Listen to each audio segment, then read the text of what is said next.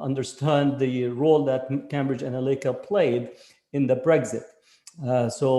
Cambridge Analytica, which actually mined Facebook data and targeted potential voters with advertising. The firms appear to have played a major role not only in Trump's victory, but that of the Brexit campaign.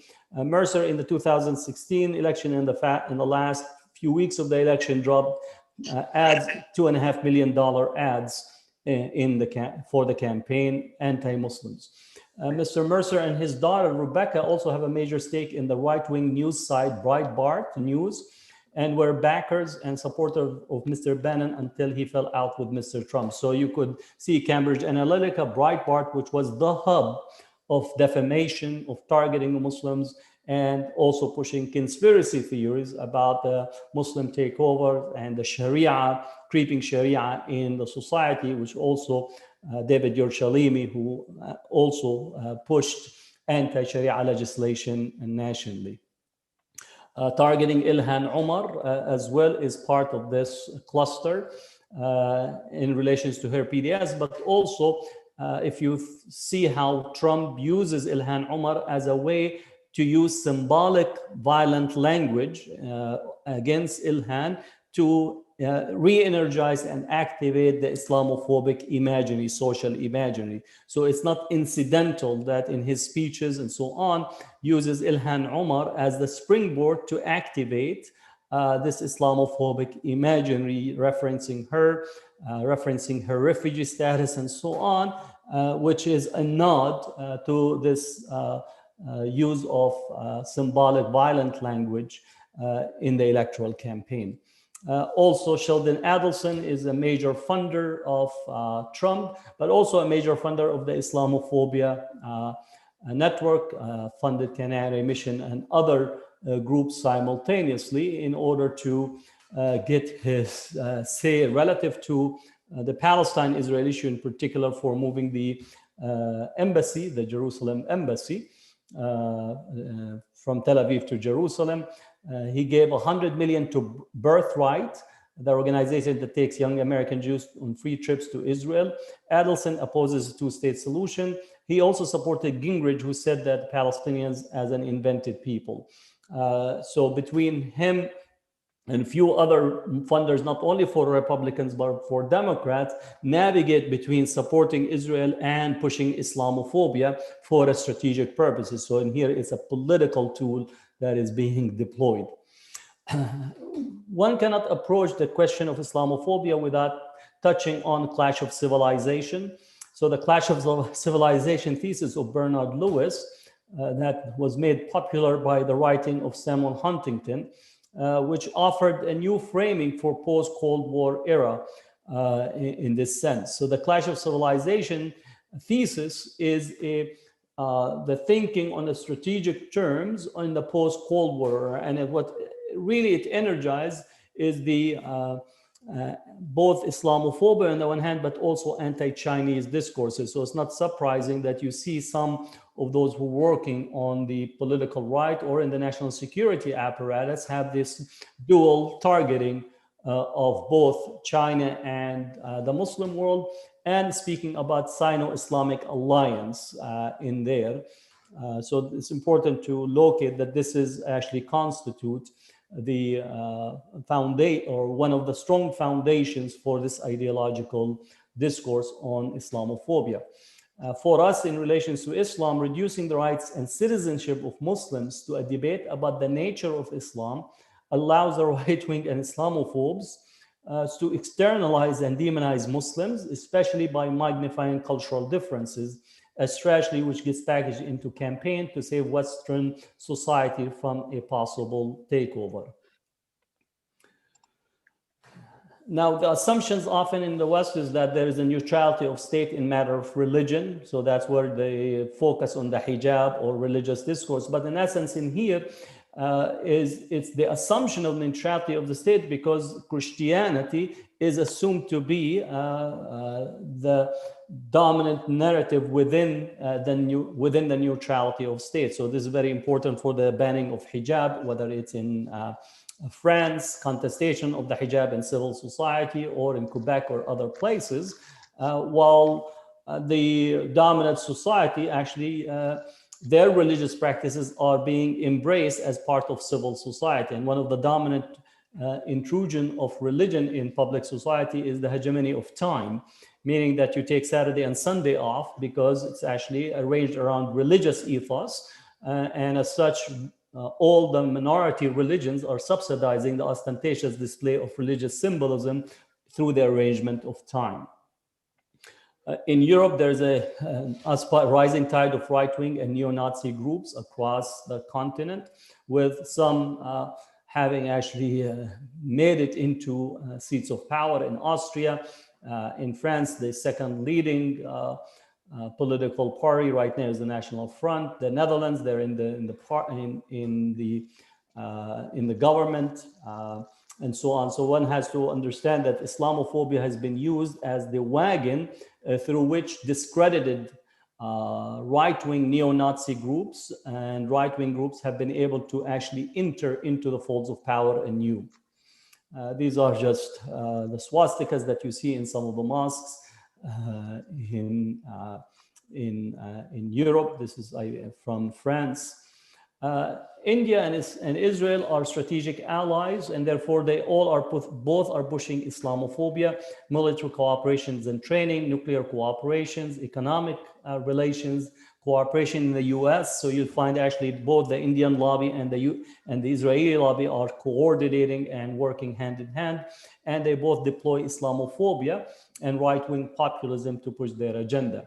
And also India has strong relations and developed strong relations with the Gulf states and Israel.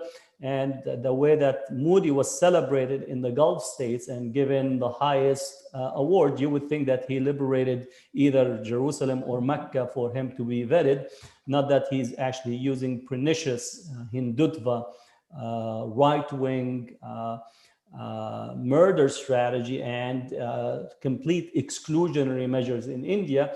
But again, in here, one has to look at these relationships on a global sense and understand the role that both India, Gulf states, and Israel are playing in this new arrangement or new alignments. We have published a full report in Islamophobia in India, stoking bigotry. It's very important for anyone that is dealing with these issues to read and understand the recommendation or the highlight, the racialization of geography, the deployment of Hindutva, which is again a Hindu ultra-nationalism that views and thinks of India as a Hindu nation to the exclusion of all others, and the BJP party and its role in engaging in systematic exclusionary measures of Muslims in India, as well as its campaign on Kashmir that is ongoing, which was one of the most intensely militarized zones in the world. But because, again, India has been celebrated as a neoliberal economic model, you don't find that much coverage. Simultaneously, also, India is using voter suppressions and also removing Muslims from the voting rosters and removing them from citizenship in its totality, especially in the area around Assam, removing almost 5 million Muslims out of the voting roster. So similar to the Republicans in here trying to suppress votes, in India you are having a similar type of dynamics. You have love jihad, so a Muslim marrying a Hindu is not seen as a common human-to-human interaction, and love is demonized as love jihad, that the Muslims are marrying in order to convert Hindus into Islam. So you'll have this whole campaign directed at Muslims in India. There is the beef lynchings that is taking place, where accusations, the social media posts that leads to a whole campaign against Muslims, even though that India is one of the largest exporters of beef to the Muslim world. Yet again, our challenge is that the Muslim world is silent for the most part, with few exceptions to India's really just horrific policies that are directed at Muslims in there. So again, to mention the ideological driving force, Huntington Clash of Civilization, who are we, which has been used by right-wing, white supremacists, white nationalists as the go-to to understand what is occurring in Western society. right-wing populism. How much time do I have? So at least I want to make sure that I don't go beyond my limitation. But Yeah, right-wing, yeah. If we would like to have a questions and answers, then the presentations is only 20 minutes. And okay. then we So can give it 10 minutes for question and answer. Then I will let me go to a question and answer, so we could at least get people to ask, and in the meantime, I could introduce them for some other material as well. Okay, great. Brother Edward is your moderator. I hope that Brother Edward was able to join us by now. Brother Edward. While we're waiting for him, I could just Okay. mention a few other items, so at least Sure. maybe show some of the. One thing is to think about that Islamophobia attacks are highly gendered in the sense that the majority of attacks, physical attacks and violent attacks, actually targets women, and that carries is almost consistent. Both this is from CCIF in France, but also same type of results in the US and UK and other places. But often we don't pay attention to the gendered nature of the attacks. Islamophobia was driving force behind the Brexit campaign as well. CVE prevent programs are all constructed around Islamophobia because it treats Muslims as a class being a threat. They're treating Muslims as a singular criminalized class, guilty until proven innocent. Muslims are citizens on probation, unequal under the law, so much so that you have to actually almost try to search for a DNA marker that's called violent extremism in a Muslim and try to extract it out. So as we know, post 9/11 in the US, but also in the UK, in the US, almost 15,000 FBI or security agents were hired. The overwhelming majority of them were deployed against the Muslim community, even though FBI and Department of Justice studies show that the primary domestic threat in the United States is white supremacists, but yet it's not even an area of systematic investigation or pursuit, even though, as you had in Michigan, a whole cluster of individuals and groups that wanted to kidnap the governor of Michigan, yet it is not couched or understood in the same way. Muslims are unequal citizens in law, unequal citizen treatment in relations to movement, freedom of movement, and others.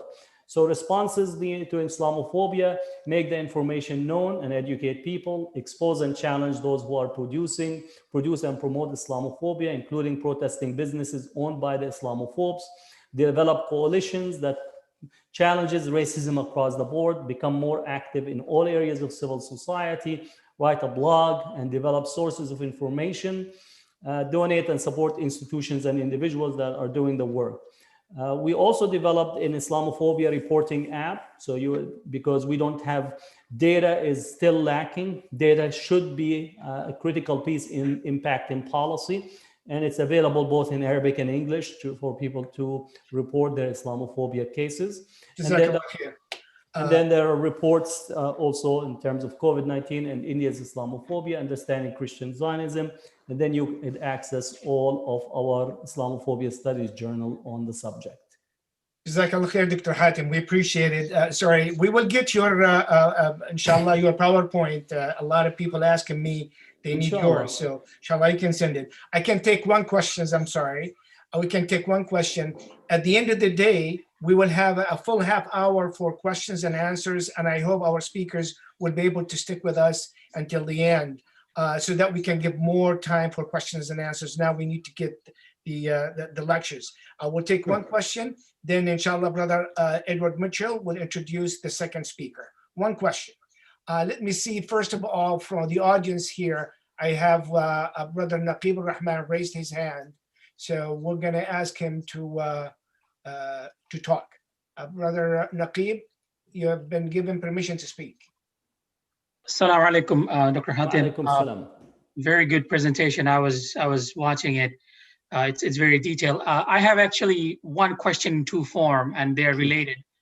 Question number one is, a lot of times this Islamophobic groups use camouflage, for lack of better word, let me use that, and try to utilize some of our community leadership without them even realizing, and basically baiting them with some sort of political position. So how can Muslim community be aware of this? So if you can just touch that little bit. And second phase basically related to that, and that camouflage is a lot of times used by Ahmadi communities who has very close ties with Islamophobes, particularly Hindu Tova. And because their names are same, they're running for offices in United States as well as in UK. And our brothers thinking that they are Muslim candidates go all in for them, but later on find out that they are Ahmadi and they have very deep link with this Islamophobic group. So how can our community be aware of that? Thank you. I think on this question, we have to be systematic and empirical in our research, meaning that we have to know if there are Muslim individuals that are being in partnership with groups and outfits that really are intent on harming and demonizing the Muslims in one hand, while being in partnership or attempting to be in partnership. That has to be empirically provided, and that information should be constantly shared. So I think that's part of the systematic. For example, in the United States, the ADL, the Anti-Defamation League, and I would move the A out, the Defamation League, has been a primary purveyor of demonization of Muslims. AJC, the American Jewish Committee, has been a primary purveyor of Islamophobia through its executive director, David Harris, and other outfits. We have evidence from 990 tax returns, Jewish federations funding Islamophobic groups, funding Gerd Wilder, who is the individual in the Netherlands that is most associated with the demonization, promoting of the Prophet Muhammad's cartoons and so on. So this is again empirical evidence. So we need to be very clear. Second, I think on the question of various Muslim sectarian groups, I think within the Western context, we need to make sure that individuals who are entering into civil society, running for office, that we need to verify that they are actually expressing support for the Muslim community on Muslim issues. And our vote or support for them has to be based on that record. And I know there is a number of individuals that are running. On the one hand, their writing, their relationship are, in essence, continue to demonize Muslims relative to terrorism and lump all Muslims under the same guise. If you don't agree with me theologically or sectarianly, therefore you're terrorists. That has to be part of our verification process.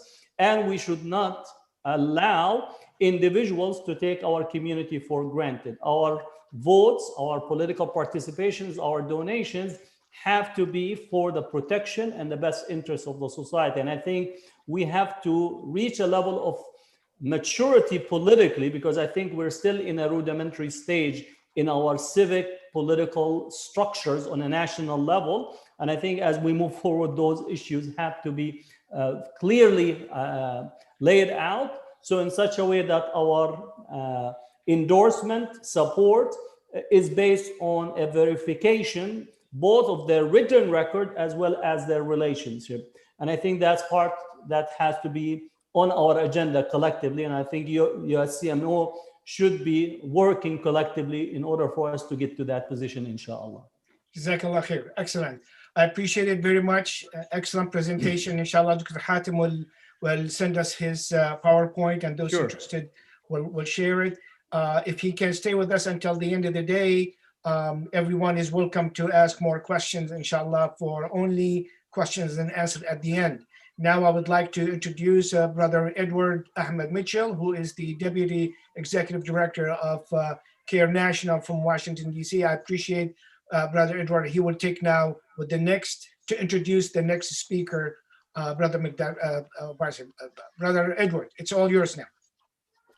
Assalamu alaikum, everyone. Bismillah ar-Rahman ar-Rahim. Alhamdulillah Rabbil Alameen. Wassalatu wassalamu ala Sayyidina Muhammad wa ala alihi wa sahbihi ajma'in.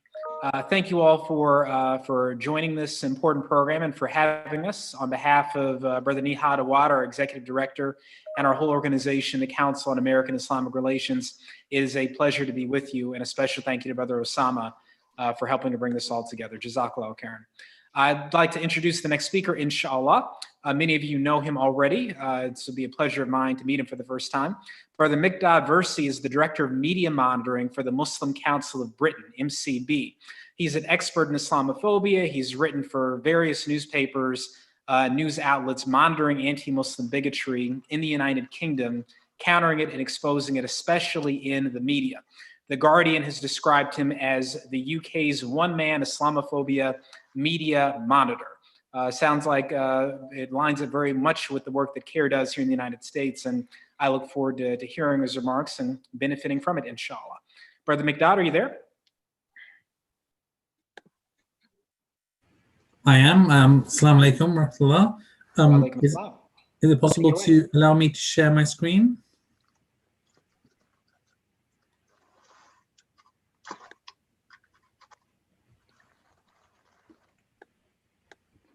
Brother Sam, I think you'll have to give him screen sharing capability. You should be able to do it now, Brother Versi. Thank you.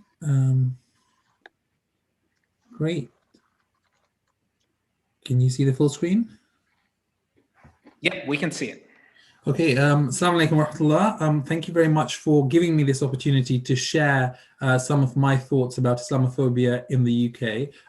I'm going to talk about a range of different areas, and in particular, group this up into a way that is very much understood within the UK context. We generally talk about Islamophobia in terms of its manifestations in three main areas of the sort of negative social attitudes and prejudice towards Muslims on the one hand, the structural racism and discrimination that Muslims face in the middle, and then obviously the verbal and physical threats and assault. And that is why in the UK at least, there has been a lot of work to sort of have a definition of Islamophobia that recognizes how it manifests itself and how it actually does so in a way that distinguishes itself from criticisms of Islam, which obviously are part and parcel of a free society. And that's why in the UK, there's been a lot of work to get this definition in place, which says that Islamophobia is a type of racism that targets expressions of Muslimness or perceived Muslimness. And obviously some people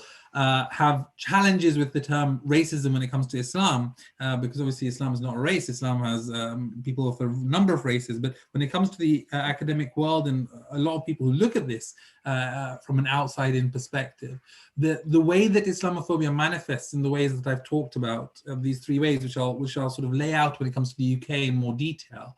When you look at those three ways, it very much mirrors exactly what happens to any other group, and it's not about actually what Muslims believe, it's about what people perceive them to believe. And therefore that perception is very much indicative and similar to how racism manifests. And that's why, Muslims are generally racialized as a group, according to most academics in the field in the UK. And therefore they've agreed to this idea that Islamophobia is a type of racism. And then obviously it's not just any type of racism, because you've got anti-Black racism, anti-Asian racism, and others.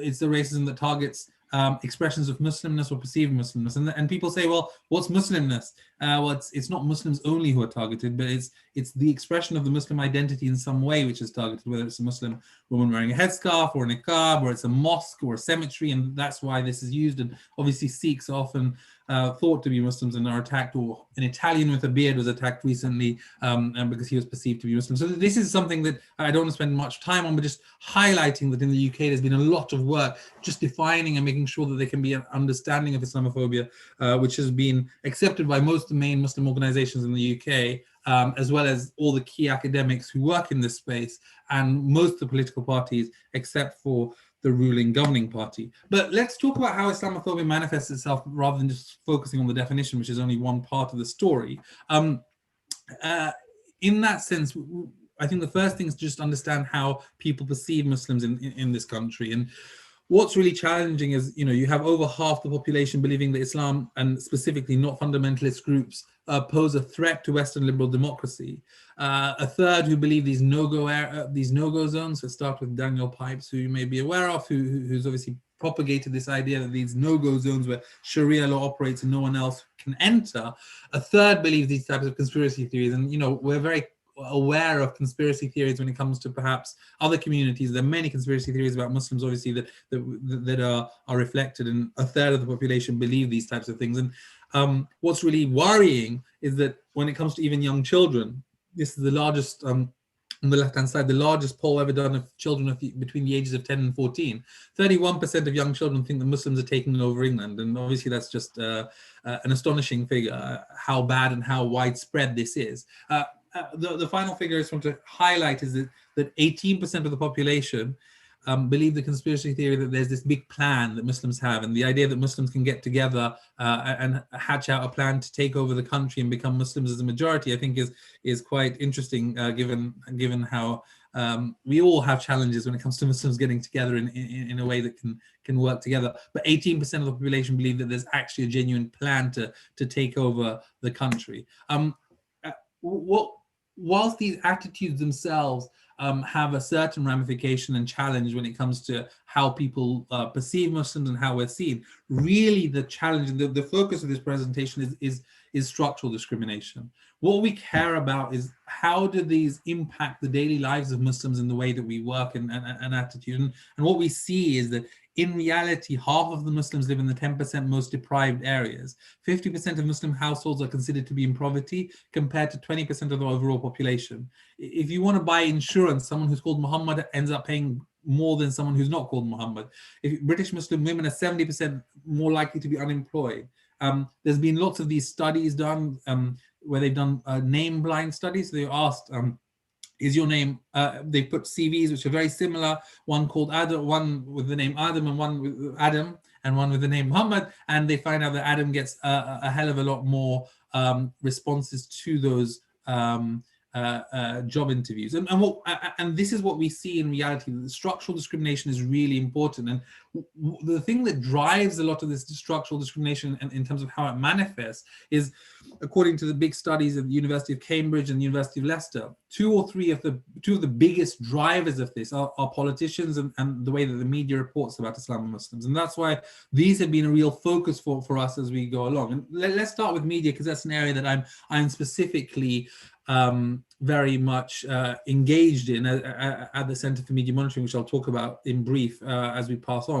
One key stat that I think is useful to know is that trust has gone down significantly and is very low when it comes to the media in the UK, and that's probably the case across the globe. But in the UK, 26% of people generally trust journalists to tell the truth. And given how important that is as part of our democracy, that's a huge challenge that we have to just be aware of. And that, I don't know if you can see, but television newsreaders are at about 60%. So broadcast media in the UK, at least, is significantly more trusted than journalists in general. And that's really talking about newspapers. And that's partially because of the regulatory landscape we have in the UK, where in theory, at least, broadcasters can't be biased in the long term in the way they do things. But I'm not going to spend too long on that. But journalists aren't really trusted. A big challenge, a big problem. So how does Islamophobia in the media look at? So the largest study ever done on media is by the Center for Media Monitoring, which has looked at, just in one quarter, in a 3-month period, 11,000 articles were analyzed. And by analyzed, I mean looked at in detail, categorized and defined. And what you found is that almost 60% of articles were negative. Terrorism was the most common theme, not surprisingly perhaps. It's far worse within right-wing media. It's far worse within national media compared to local media. In general, a third of articles are misrepresenting Muslims in some way. And when it comes to right-leaning publications, so the right-wing in particular, what we call very biased, in other words, a blatant lie or something really, really problematic in the article. 37% of articles in right-leaning press was very biased when it comes to Muslims. And this is a real shame when it comes to how Muslims work. And look, I just wanted to highlight a couple of examples just so you understand how it works. And, you know, on the right-hand side, you've got Muslims silent on terror on the front page of the Times. The Times is the newspaper which is supposed to be the most, you know, the newspaper of record, not seen to be one of the tabloids, which in the UK is considered to be really problematic. The Sun here, we've got 1 in 5 Brit Muslims sympathy for jihadis, misrepresenting a poll. They have to apologize for that later. I think this left one is just an example which I think is useful to know. Here's what terrorists look like. And you know, they're trying to make a joke out of it slightly, but what they look like, someone wearing a hijab, someone wearing a cap in some way, and brown, and these are the ways that some of these stereotypes get developed. And this idea that Muslims are savages, for example, in The Spectator, a big problem here. What happens with many of these things is, so this is an example where a Christian child forced into Muslim foster care was on the front page of the Times for 4 days in a row. It was found out to be a lie and not really a true story at all. These types of stories get picked up by the far right, and that's the real big challenge that we have. So you can see on the bottom here, you know, Tommy Robinson, English Defence League, Britain First, Paul Golding, who's part of Britain First. These are sort of extreme groups on the far right, and these individuals have been identifying and using articles from mainstream press to give them support for their very hard right, extreme far right narrative, which is really problematic.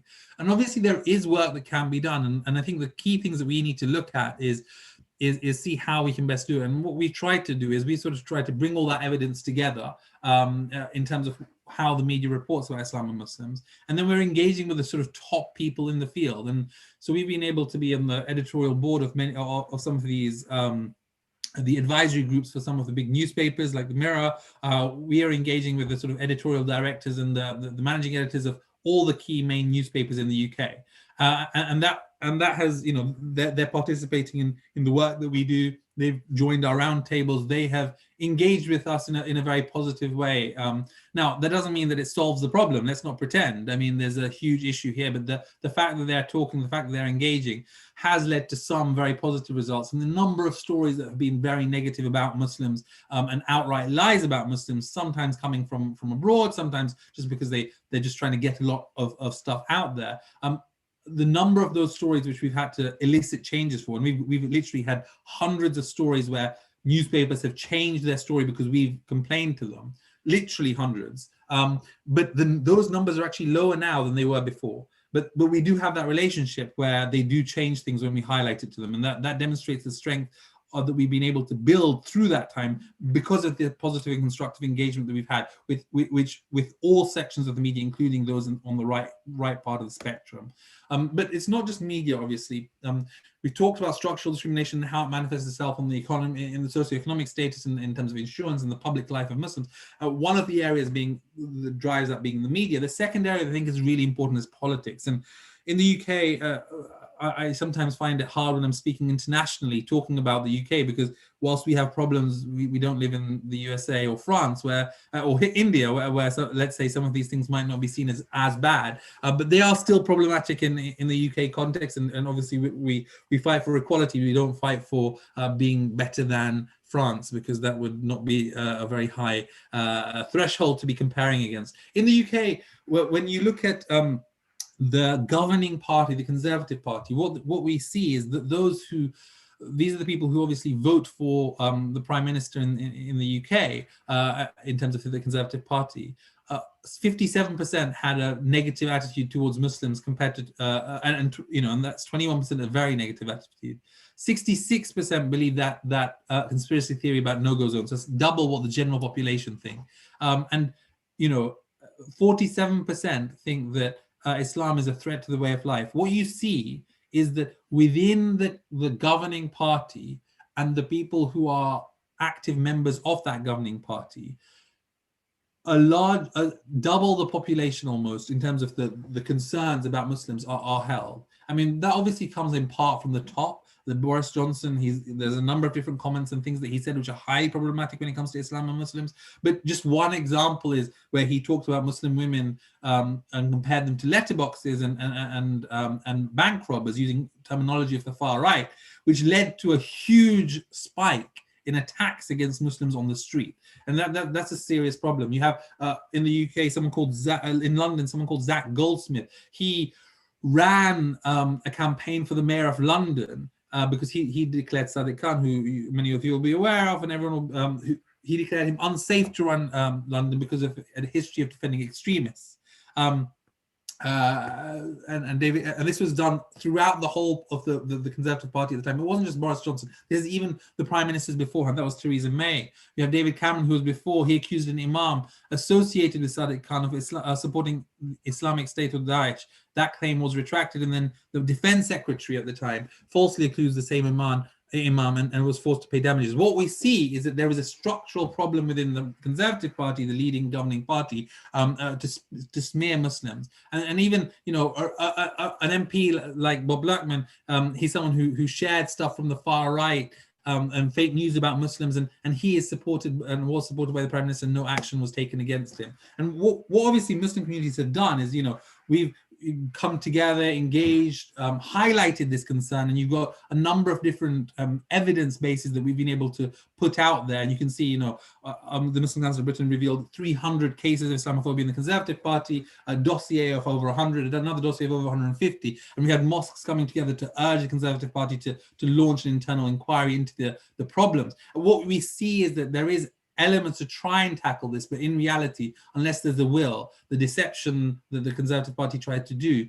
and the governing party in the UK tried to do is there. But it's not just the Conservative Party. Let's just realize this is a problem across politics. You know, the UK's first hijab-wearing mayor quit Labour because of racism. And we have also a number of different think tanks who play a very important role in highlighting this. And I don't have time to go through the Islamophobia network in the UK and the full map of it, but it's just something to highlight and recognize that this is a real challenge when it comes to Muslims. Now, I know that I want to make sure I hit my time, and I've got about 5 minutes left. And in that, I just want to talk very briefly about verbal and physical violence. Obviously, everyone will be aware that we've had a terrorist attack in the UK where someone tried to attack a mosque and killed someone on the street. We have people who have pulled people's hijab off. Someone tried to kill a Muslim woman as a revenge for terror attacks. Someone tried to use a power drill on someone else's kneecaps and feet, screaming at that convert, "We don't like Muslims over here. I effing hate Islam," and hate these Muslims. Now, this type of attitude and the stats about this are becoming worse and worse as we see. And half of all religious-based hate crime in the UK are targeting Muslims, which is significant. Obviously, it's over over 3 times the next level of religious-based hate crime. And according to the Equality and Human Rights Commission, 70% of Muslims say that they have experienced a religious-based prejudice in the last 12 months. 70% of Muslims. So let's and this is obviously mainly going to be verbal or social media related prejudice, but it's still prejudice nonetheless. And what you see, which I've just talked about, is that a lot of Muslims think that things are getting worse rather than better. And that's the reality that we're facing, that whilst perhaps 10 years ago the situation was very different, especially with a lot matters when it comes to leadership. And when you have political leadership seeming to almost deny the very existence of Islamophobia in many ways, using inverted commas when they talk about Islamophobia to try and minimize its impact in internal work that they do, and proactively be seen to be propagating and actually promoting Islamophobia, it's a problem. And I just wanted to end, because I've only got a couple of minutes left, just talking about what can be done. So in terms of what can be done, now, I think in all of these different areas, making sure you have the data, the evidence base is vital in terms of identifying what you want and what you want to happen. But I think that that's a real challenge across the globe in terms of the amount of evidence that we have. Sometimes it is lacking. In the UK, it was very much lacking. I think we spent a lot of effort to sort of bring that up to speed. To make sure that we have the cases of Islamophobia within the leading governing party. We have the examples of Islamophobia within the media, which we've been able to elicit changes from because they've listened to us. And we've been able to get all of that evidence together to help make a difference, and I think that's been very valuable. But really, the big element here is organize, develop coalitions, donate and support institutions who work on it. Influence matters, and I think this is something that we found really, challenging to some extent in the politics space, although we've been quite successful, I think, in the media space.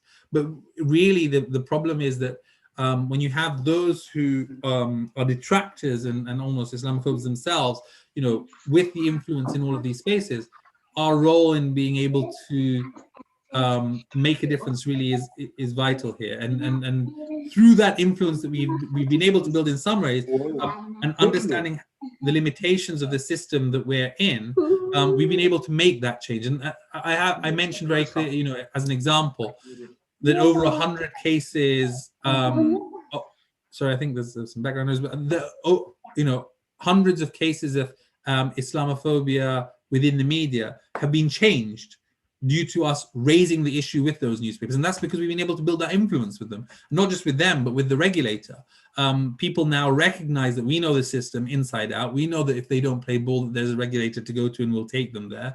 We know that we can cause a fuss and a problem to them if they aren't going to recognize their errors, and we will highlight it publicly and shame them appropriately. And we've done that a number of times. It has been successful to some extent. It hasn't changed everything entirely, but it's moved the needle a little bit. And there's been some agreement and understanding when it comes to how terrorism is reported on now. It's slightly better than it was before. People don't use the term Muslim extremist very often. Muslim terrorist, it's just not used at all. I mean, it's almost non-existent. It comes up every now and then, but as a whole, it isn't used. As a whole, people understand that they need to try and use terrorism much more consistently. There's a recognition of that fact far more, especially since Christchurch, and the fact that we highlighted their inconsistencies in their reporting. So I think that there is an element of knowing how the system works and being able to work to try and get there. So I think my time is up now, within a minute. And so I just wanted to end by saying Islamophobia obviously is a huge challenge in the UK. Major issues when it comes to the social attitudes about Muslims, the way that the structural issues about Muslims, and manifests itself in terms of the economy, socioeconomic status, just living your daily life as a normal person, and just having positions of authority, Muslims in positions of authority. And then that leads to very often hate crime and verbal and physical assaults, which many Muslims face. And whilst there are Muslims who have made very strong impact, we have the Mayor of London being a Muslim, we have senior people within different areas being Muslim far more so than there had been a decade ago. There is a long way to go. We have made some strides in media, in politics, in the way of making sure that we're heard, but we've got a long way to go. We think we've had some success, but but we need to learn, we need to improve, and that's what we're going to be trying to do over the next year and coming years ahead. Thank you very much. Thank you, Brother Versi. It was very comprehensive, and Jazakallah khairan, may Allah grant you all success across the pond. Do we have any questions for Brother Versi?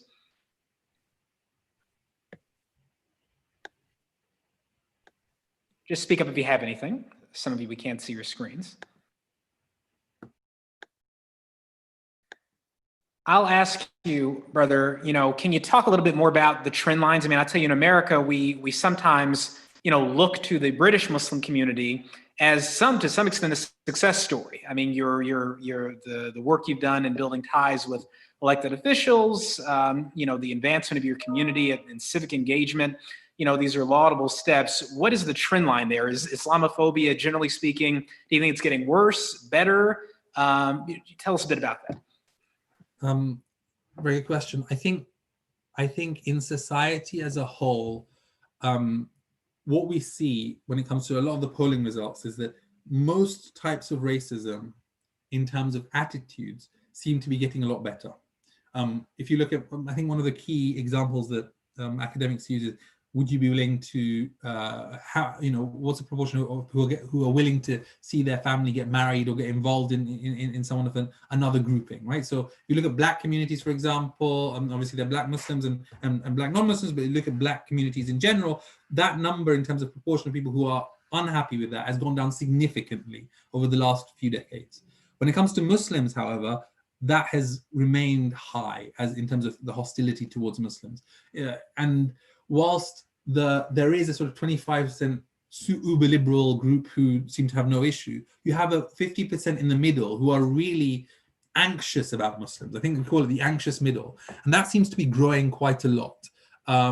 and it seems to be very stuck in its ways. And I think a lot of different things feed into that. But there is this broader understanding that Islam is a threat to the West. And because of that threat and because of immigration, all these other things that are happening, when you have an economic crisis, Muslims get blamed. When you have a pandemic, we've had Muslims get blamed. And so with this sort of background in place, everything that happened when Christmas happens, Muslims are blamed because somehow someone decides to be secular, and it's Muslims who made them secular when it obviously it's nothing to do with it. When there's an issue to do with animal rights, they don't choose the fact that they're battery farmed animals. They decide to choose halal food as the basis for it. All these things happen across the world, but what you see all the time, this sort of push, I think the trend, unfortunately, is not getting better. I don't think it's necessarily getting worse overall. In attitudes, I think it's just not getting better. But the one place where it is getting worse is within sort of the political space and the public space in terms of the influences. What we've unfortunately had is a loss in perhaps the growth of populism in that way. Whether it's Modi, Netanyahu, Trump, or Boris Johnson. I mean, I think Boris Johnson perhaps you could argue is better than the rest of them, but still significantly. I mean, there obviously are different views on that, but despite that, it is hard right when it comes to the UK, and this is much more on the right than we've had in the past. And you had a lot of people who historically have been big enemies of Muslims, suddenly being in positions of authority. We have, someone called Andrew Gilligan who's lied about Muslims and had to correct articles because he just made up stuff 5 times, I think. He is in the advisory group of the government. You have think tanks who are really problematic in every way, and they are literally advising government on the definition of Islamophobia. You have a situation where the very idea of racism and white privilege and many of these things, which are relatively well understood and accepted, and narratives about these things, have all been thrown aside as we try and say, actually, the white working class are the only group that matter, and they're the problems, and everyone else is causing issues there. So from my perspective, I think it's the public space where things are getting worse and are really problematic. We have issues with social media, but I don't want to overstate them. They are big problems, they are growing, and it's something that we should be fully aware of. And I think that's probably driven another element of Islamophobia. But I'd say as a whole, it's probably staying at the level where it is rather than necessarily getting worse. But in the public space specifically, it is getting worse. No, thank you. I mean, it's... Brother Edward, can I ask one question? That sounds similar to what we're experiencing here. So it's very helpful, as well as the solutions you propose. Can I ask one question? Please go ahead. Assalamu alaikum. Walaikum salam. One thing I would like to ask, that mashallah, that's a good report and all presentation. But what exactly, when we are confronting Islamophobes, so one is that we like to clarify and we like to describe Islam in a proper way. But what exactly we like to present about Islam, that they should perceive Islam, in what way, what is our target over there?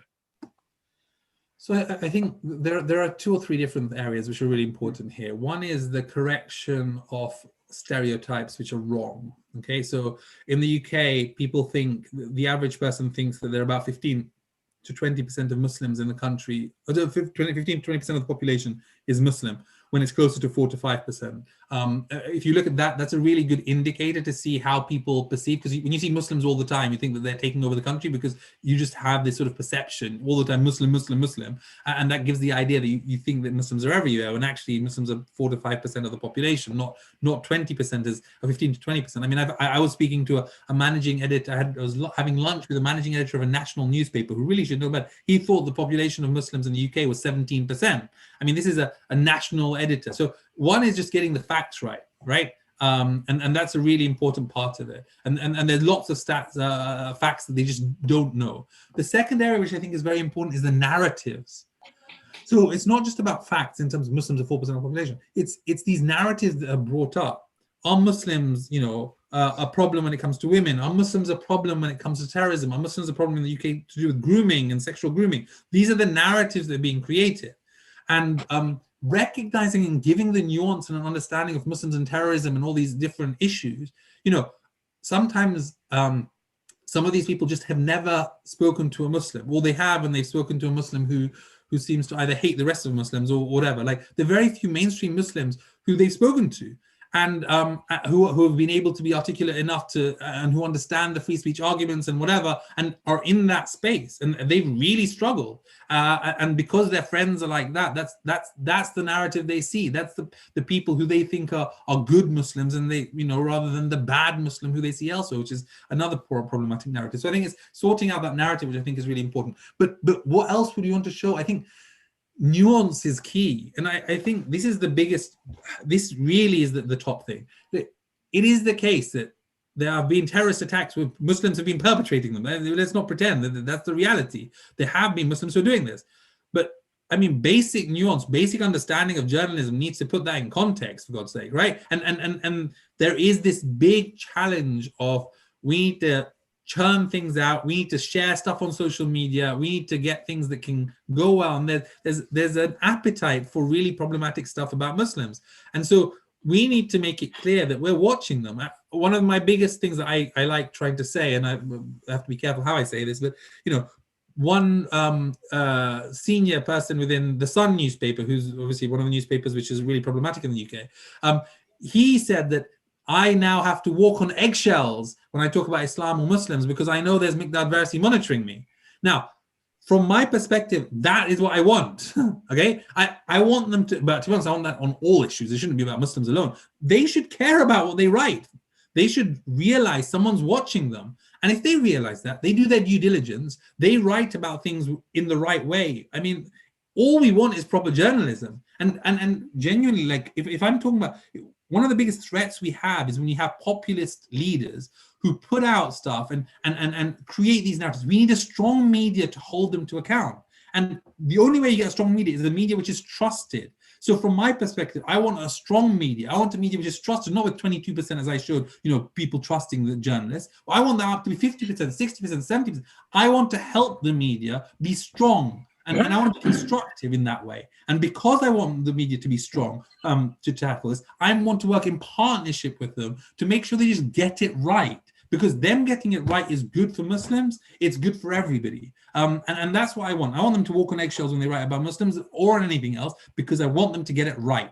So I think really it's about building that relationship so that they know these issues much, much better, and then being able to help them with that. And look, you know what? If they know that on the back of another phone line, they can literally ask, and that's what they do often. You know, there's a poll that has come out which says that Muslims are X, Y, and Z. They'll come and they'll ask, you know, what do you think about this? And when you give the background, the context, some of them, and not all, some of them will recognize that and then say, actually, we're not going to run it in that way anymore. And I think that's where the success is able to happen. And we've had some success. Let's not pretend it's all success. It's not true.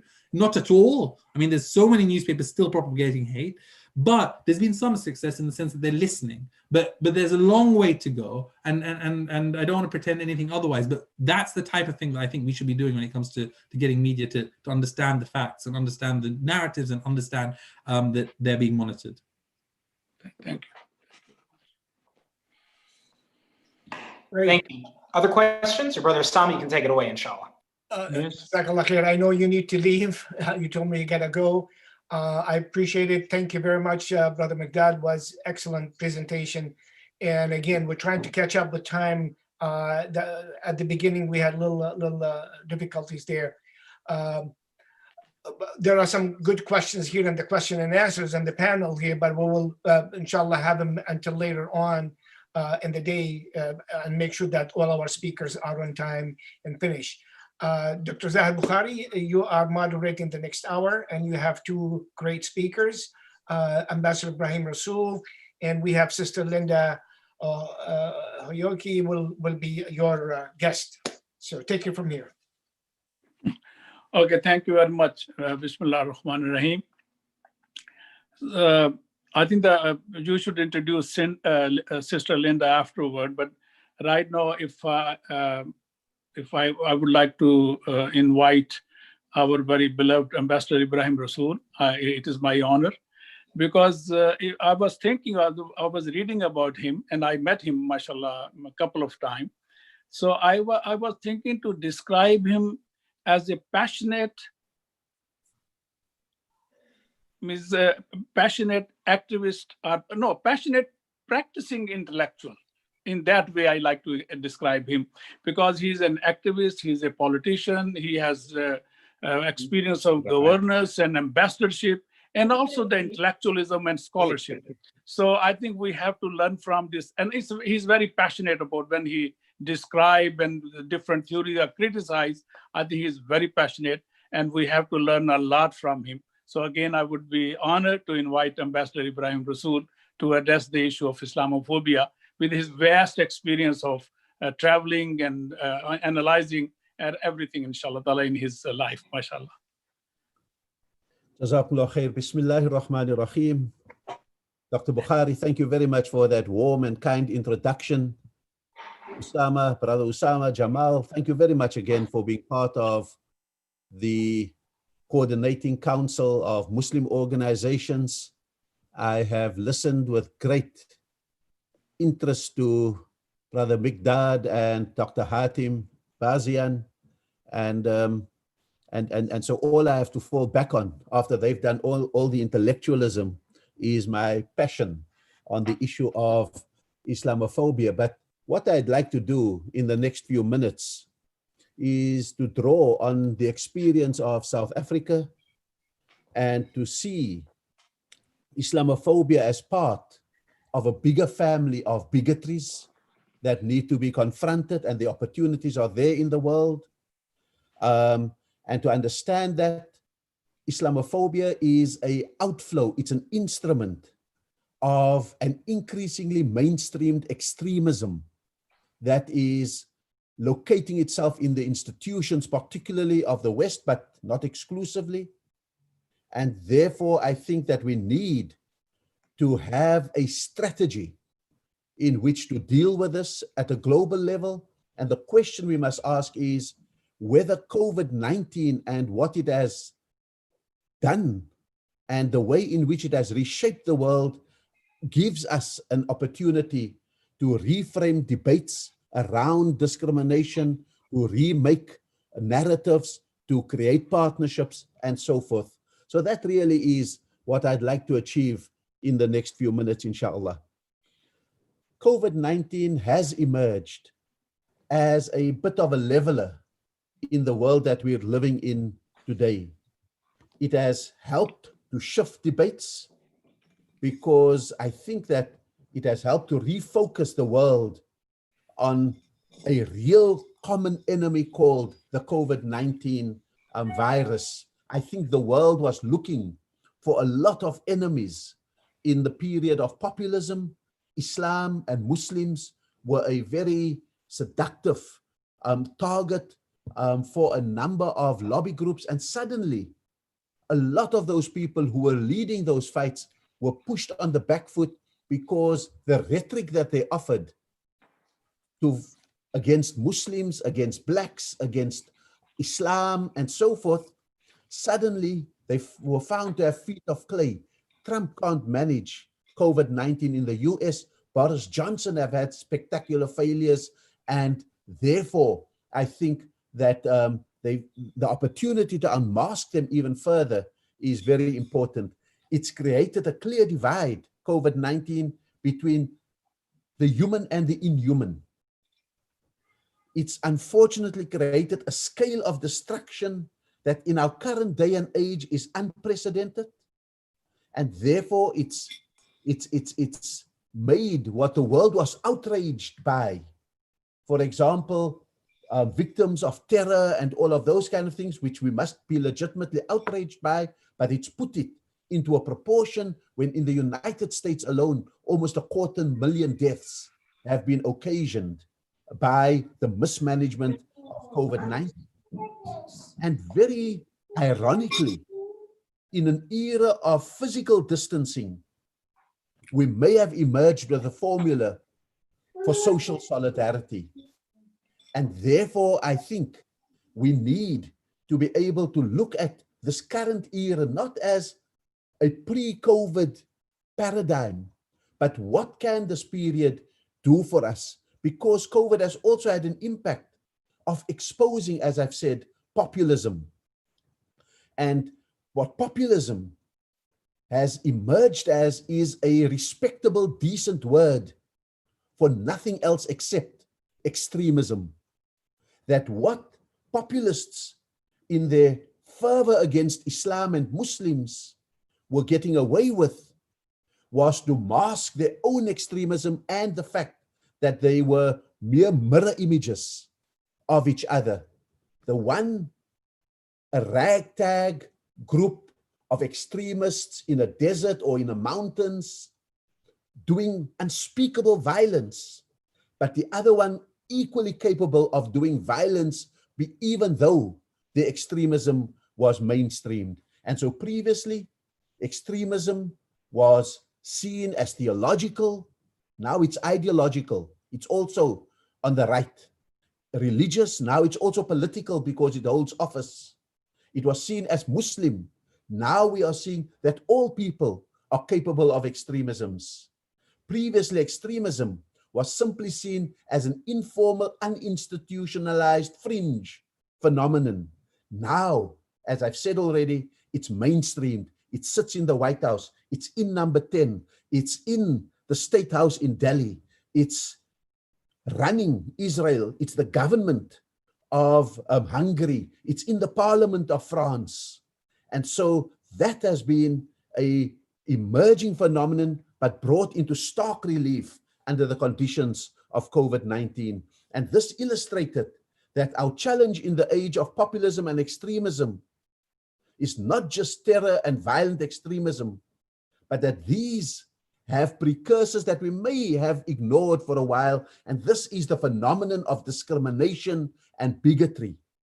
And while each community of color, of varieties of otherness, have had specialized discriminations and instruments of bigotry aimed against them, discrimination has been the common feature. And so if you were black, the chances are you'd be a victim of racism. If you were a woman, you'd be a victim of misogyny. If you were foreign, Hispanic, or whatever, you'd be a victim of xenophobia. If you were gay, a victim of homophobia. Jewish, a victim of anti-Semitism. And Muslim, a victim of Islamophobia. And I go with the idea that let's use the word because it is the inherited one. But what has happened in the COVID period is the phenomenon of Black Lives Matter that captured the imagination of the world, because racism was emboldened by the election of Trump and was emboldened by Trump's populism and his mainstreamed extremism. It found a boldness because it was in the White House, it was on Fox News, it was mainstreamed and institutionalized, it had legal protection, and it had legal enforcement through institutionalized police brutality. And suddenly the world understood that what was discreetly happening to Muslims at airports was happening on the streets of various cities across the USA. And therefore, Black Lives Matter became the shorthand everyday narrative of what the reality is for those who are not white in the USA. And suddenly, extremism that we were confronting in a Muslim context, an extremism that labeled you, if you were a fellow Muslim, you could be kafir for opposing them, because they label, because they don't debate. They condemn, as Trump does, as Muslim extremists do, because they're incapable of love. They are driven to anger because they are bereft of compassion. They are nostalgic for the past because they have no vision for the future. They are willing to die for a cause because they don't know how to live for their cause. They are willing to kill for their cause because they cannot accept or embrace what is different. And so we suddenly saw that all of these phenomena manifested itself not just in Raqqa or in the Tora Bora Mountains or in Nigeria or in the Horn of Africa, but it was the same characteristics of white supremacism, of the Hindutva ideology, Zionism, and within the ranks of Islam and Muslims.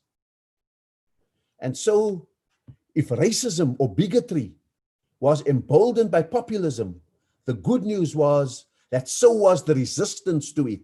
That's the phenomenon of Black Lives Matter that got mainstreamed on the football fields across the world and the sports arenas across the world. And in all countries almost, the phenomenon of Black Lives Matter taking the knee and all of those kind of things saw that people found it, because COVID-19 was an assault both on the lives of people, but also on the livelihoods. And Black people carried a disproportionate share of the burden of COVID-19. It's remarkable that in St. Louis, we had the first cases across the USA of COVID deaths were all Black, and a 13% population group carried a 30% burden in the USA of COVID infections and deaths. And it was almost as if that became the last straw that broke the camel's back. So I don't want to take COVID out of the equation, because I think it has had an accelerating effect on resistance to it. And so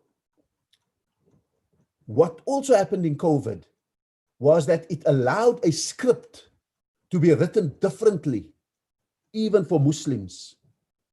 I know in South Africa, I know across the UK, I know across Europe, the US, and so forth. The front line of the fight against COVID-19 manifested in the number of deaths of frontline workers, particularly Muslim doctors, surprised everybody, because suddenly in hospitals, it was Muslim doctors who sacrificed on the front line, Muslim nurses who sacrificed, and suddenly we rewrote the caricature from terrorist, dreaded Muslim, the perpetual other. We suddenly could write the script of the heroic frontline worker. Muslim philanthropies rushing with food, with medical assistance, with personnel that could help. And suddenly we rewrote the script of otherness and caricature to a script of a reliable, dependable, ethically driven community doing what is right because they love God and they love their community, irrespective of what the belief was of the particular patients that came to them. And so, while Black Lives Matter asserted that the primary victims of this family of bigotries were Black, but it invited all other victims of discriminations and bigotries to join their ranks. And so Muslim imams, Muslim activists found their voice alongside the momentum of Black Lives Matter in the USA. A Mo Salah, taking the knee, began to say that Islamophobia and racism may be connected at the hip. And so we saw solidarity in action. And the world was then seen not simply to be divided by the formal categories by which people identify. For example, the formal categories of Muslim, Christian, Jewish, Hindu, etc., etc., etc. That's how we divide the world. That's how populists and mainstream extremists would like to see the world, so that they can claim the Christian and the Jewish part and condemn the Muslim and other parts of it. Suddenly we saw, but even Buddhists or people claiming to be Buddhists were capable of unspeakable devastation for the Rohingya. Modi, in the name of Hindutva, was doing unspeakable things to Muslims, but also to Dalits. That suddenly China, the benefactor of a continent like Africa, was as capable of doing dastardly things to the Uyghur Muslims. And so we began to see, but there must be another category. If the person next to me on the Black Lives Matter was a Christian, if there were young white students in the Black Lives Matter marches with us, if there were people of other ideologies who were with us, maybe the world can't simply be divided between the formal categories that we know. Maybe the world is divided more by mindset. Who are the extremists across those formal categories that while they may hate each other, they are in alliance with each other against humanity? Where's the weak rump of all our communities? Are our orthodoxies, Orthodox Judaism, Orthodox Islam, Orthodox Christianity, Orthodox Hinduism, Orthodox liberalism, Orthodox Democratic Party, Orthodox Labour Party, Orthodox this, that, and the other, are they caught like deer in the headlights, unable to know what to do, unenergized, caught with their pants down, unable to give answers to the piercing questions of the world? Those were the kind of new thoughts that had to be developed. And who are we at the front lines of activism, at the front lines against Islamophobia, at the front lines against extremism, even if it emerges from our communities? Who are we as the alternative? What do we call ourselves? How do we make common cause with others who are like us across the formal categories? Those were the piercing questions which I think we were confronted with. And so, while the extremists were emboldened, the orthodoxies were benign, ineffective, caught up in an inertia. And the question that we need to confront is, can the alternative take root? Can it lead? And can it be hegemonic? The first lesson that I think that emerges for us is, be not divided. Recognize a common enemy of humanity and recognize other victims of that common enemy, and recognize that unless we hold together, there will be no salvation. Let's also prioritize others as opposed to monopolizing victimhood. Secondly, let's identify shared values with a vision that is human and not necessarily ideological, because maybe we need to shift the human lenses. Thirdly, let's build coalitions and alliances and partnerships. Where we share values, let's have alliances. Where we share objectives, let's build coalitions. Where we share issues, let's build partnerships.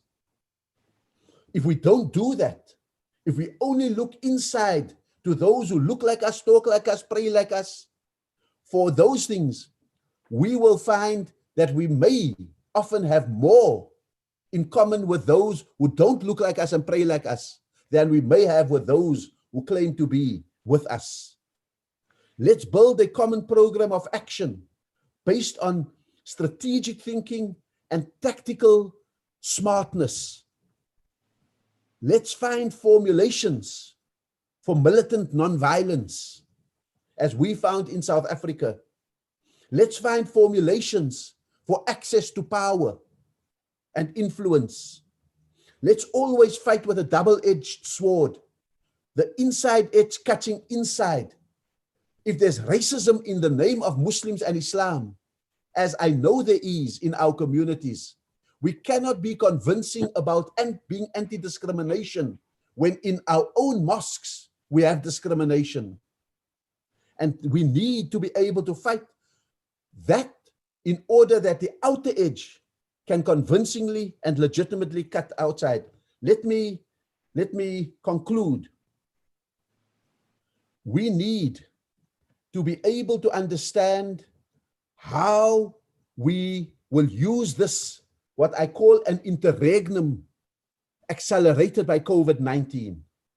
How will we use this current interregnum, this pause in history, and ask the question, Can we reframe? Can we re-articulate? And can we find a reset button internally in the Muslim community and externally in the world? Can we make permanent the back foot that extremists are on, both those in Raqqa and those in Afghanistan and so forth, but also those in the White House and at number 10? How do we make that weakness permanent and make the defeat permanent?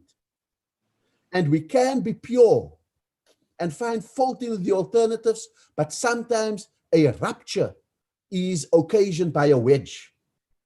Secondly, how do we dramatize state-initiated terror so that terror is not just seen by those in the deserts and on the mountains and in the jungles, especially the state terror against Muslims like the Uyghurs, against the Rohingya, against in the name of Islamophobia, etc., and in Palestine particularly.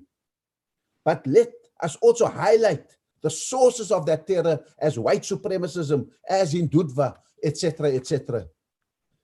Let us build anti-discrimination and anti-bigotry coalitions. Let's try not to be the main victims, but let's be another victim in a parade of victims, so that, as we learned in South Africa, when Muslims prioritized racism against blacks, we also were able to solve the problem of Islamophobia against Muslims. We've got to fight all hate speech and all hate groups, and our best credibility comes from doing it inside as well as outside. We've got to build visions. How do we rebuild lives and livelihoods for a post-COVID world? That's when we are at our finest, when our philanthropies surge ahead, when our doctors do what they do best, when our teachers do what they do best and find technology that can do the best that can be done. And to end, let us revitalize our orthodoxy. Our orthodoxy does not have the wherewithal to answer the questions of the 21st century, to answer the questions of how to construct a post-COVID world. Unless we take responsibility for it, it will not come from them. Sometimes their utterances, their sermons are the fuel of Islamophobia. And we've got to say to them, be less strident in what you say and give us the chance to reimagine this world that must emerge from COVID-19. Thank you very, very much. Jazakumullah khair. Thank you very much. That's a very powerful presentation, and asking for rephrasing, reimagining the whole issue, including a new intersection of COVID-19, Islamophobia, extremism, and then reimagining the post-COVID-19, inshallah ta'ala, the world. So, Brother Osama, do we have some minutes for question answer, or you want to do all question answer after the presentation? Yeah, I think because we are already 15 minutes beyond time, so let's get to the next speaker. Yeah, sure. And but then you can go ahead. The last one, we will have enough time for all the speakers to get questions, inshallah. So can you please go ahead with the sister? I don't have the intro of Sister Linda, so. Well, she'll introduce herself. I didn't get her bio either. Okay. So, Sister Linda, you need also co-host to get a PowerPoint? No, I don't have a PowerPoint. Thank you so much. Okay, that's okay. Okay. Yes. Just introduce yourself, and Yes. then Dr. Zahid will take care of it from there. Sure. Thank you so much. Indeed, it is my pleasure to be among you, everybody, in this very significant conference, and I have really enjoyed the speeches so far. My name is Linda Hyökki, and I am here as the General Secretary of the European Forum of Muslim Women, and I am connecting with you from Istanbul, Turkey. Now, I am going to speak a little about Muslim women and gendered Islamophobia in Europe. And in particular, I will be addressing the issue of how Islamophobia affects Muslim women's participation in labor markets. So let's just begin, I think.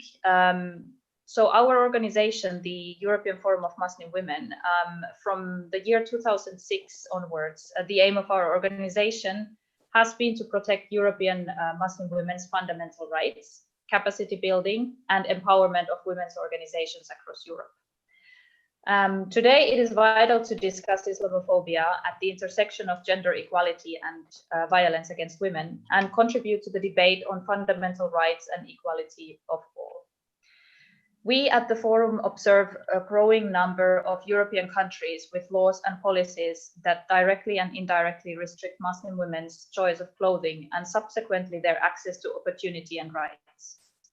Restrictions on religious dress are often justified here within the framework of neutrality, just like Professor Hatem also previously noted, that applies to people of all faiths, but in reality, it mainly affects Muslim women. Across EU member states, the Employment Equality Directive from the year 2000 and Employment and Social Security Directive from the year 2006 forbid discrimination in employment based on, among other grounds, religion and belief.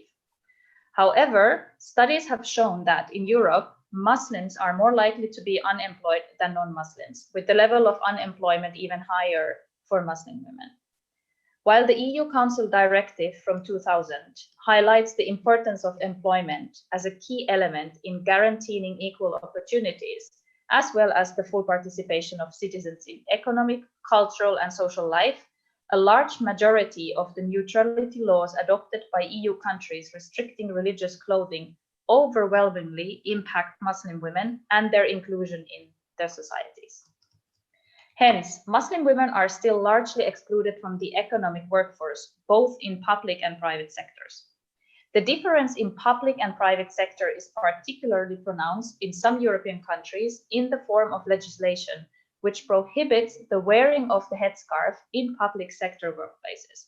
For example, in Finland, which is my native country, Muslim women working in the police force are not allowed to wear the headscarf, although there are actually currently some discussions going on whether this kind of law or prohibition can be revoked. These legislative practices have an impact on the types of work that Muslim women can take part in, which then in turn, of course, has an impact on the visibility of Muslim women in their respective societies. Data from the Fundamental Rights Agency's report show that discrimination against Muslim women in the labor market happens at different stages. It starts when they are looking for a job, then it goes on when they are when they are in the recruitment and selection phase, and it also happens in the workplace itself. For this reason, and according to multiple sources, Muslim women are particularly likely to become victims in intersectional discrimination in seeking employment and maintaining work. Subsequently then, this increases the likelihood of exclusion of Muslim women from the workforce, contributing to a worsening of the socioeconomic status that they have and prospects of Muslim women in general. I don't know how many of those currently in the audience are aware of the structures of the EU as an institution, or how EU laws and directives may actually have an actual impact on member states' legislations. But the Employment Equality Directive from 2000, it lays the general framework for the member states on equal treatment in employment and occupation, prohibiting direct and indirect discrimination based on religion and belief. As described in the directive, direct discrimination can be justified only if it is based on positive action or genuine and determining occupational requirements. Moreover, a recent European Court of Justice decision from the year 2017 stated that private employers could bar the headscarves worn by Muslim women who are employed in a company on the grounds of an internal rule, which doesn't introduce a difference of treatment. However, we can say that in cases of disputes, it remains within the power of national courts of each state to decide whether such an internal rule indirectly discriminates against an employee based on his or her religion or belief, by putting this person at a particular disadvantage through an apparently neutral obligation in terms of clothes worn at the workplace. Nevertheless, as has been decided in precedent cases in Europe, such a legitimate aim can be an employer's desire to project an image of neutrality towards both its public and private sector customers. And that, and I quote here, such indirect discrimination may be objectively justified with its customers, objectively justified by a legitimate aim, such as the pursuit by the employer in its relations with its customers of a policy of political, philosophical, and religious neutrality, provided that the means of achieving the aim are appropriate and necessary.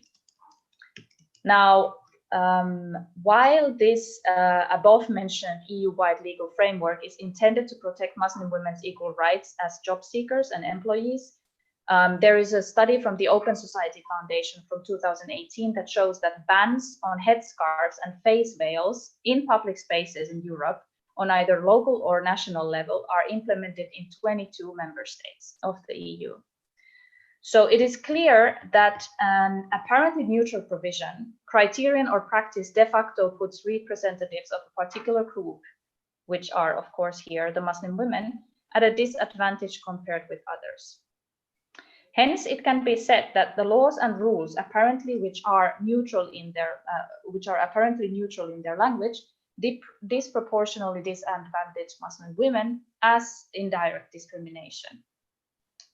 Furthermore, in the current context, there are significant differences between the discrimination experiences of Muslim women and Muslim men, wherein for Muslim women, bias based on religion is a determinant factor, of course, because of their visibility.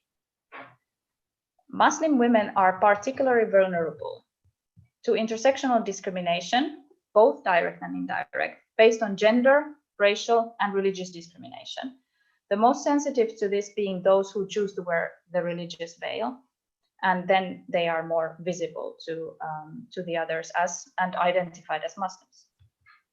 So here what happens is that oftentimes Muslim women are victimized to the so-called headscarf penalty, meaning that in combination with their ethnic background, Muslim women who wear the veil have less chance of getting selected from the initial phase of the application when submitting a CV with a picture. Across different EU member states, Muslim women's chances in accessing the labor market, regardless of their application profile being equally strong in terms of educational background in comparison with their co-applicants, are lower than those of non-Muslim women.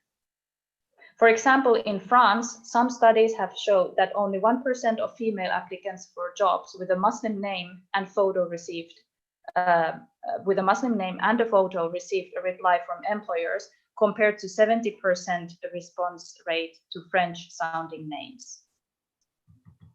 Now, bias and discrimination during job interviews has been reported by, for example, the European Network Against Racism, INAR, to manifest, for instance, in the form of questions relating to the degree of religiosity. So these kind of questions, they leave Muslim women feeling as though they are being tested to reveal their attitudes to practices, towards religious practices, such as shaking hands or kissing with colleagues of the opposite sex, and even more private matters such as fasting during the month of Ramadan. In the workplace, Muslim women struggle to remain in employment and to maintain good mental health as they experience micro and macro aggressions, including harassment and verbal insults. Importantly, Muslim women who choose not to wear the headscarf, as studies have shown, feel that they have been spared discrimination to the fact that they are less visible as Muslims, and this is quite sad in my honest opinion. So it is important to highlight at this point that Muslim women are evidently under constant pressure to balance their religious freedom, economic independence, and financial stability all over Europe. The issue of discrimination is also an issue of reporting and mental health. A report shows that only 4% of the respondents across the EU report their experiences of discrimination to some authority, and that only 1 out of 3 are aware of their fundamental rights. This is compounded by the fact that the majority of those who experience discrimination are not aware of national civil society organizations or even public authorities who would offer support in such situations.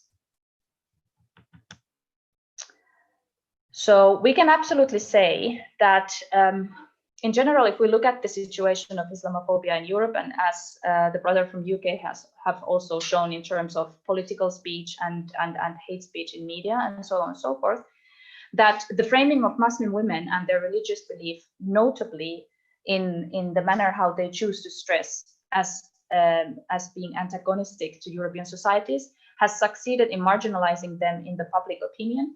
And moreover, it has played a key part in fostering discrimination, intolerance, and hate speech and hate crimes against Muslim women. Now, what we particularly deplore at the European Forum of Muslim Women is the total lack of reprimand or sanction from the international community. As such, stigmatization goes on despite multiple reports by human rights NGOs all over Europe. We also deplore the existing double standards of guarding human rights and gender equality of all women, regardless of religion and faith. From the perspective of our organization, what needs to be done is that European countries take heed of the issue of increased institutionalized discrimination through public discourses, more pressingly in countries such as France, where it has become very rampant, and to take the available means to hold such countries accountable, that the EU takes the available means to such countries accountable to their commitment to fundamental rights. Furthermore, it is also very imperative that all European countries acknowledge institutionalized discriminations and that the EU as an institution may hold such countries accountable, because this is not the case.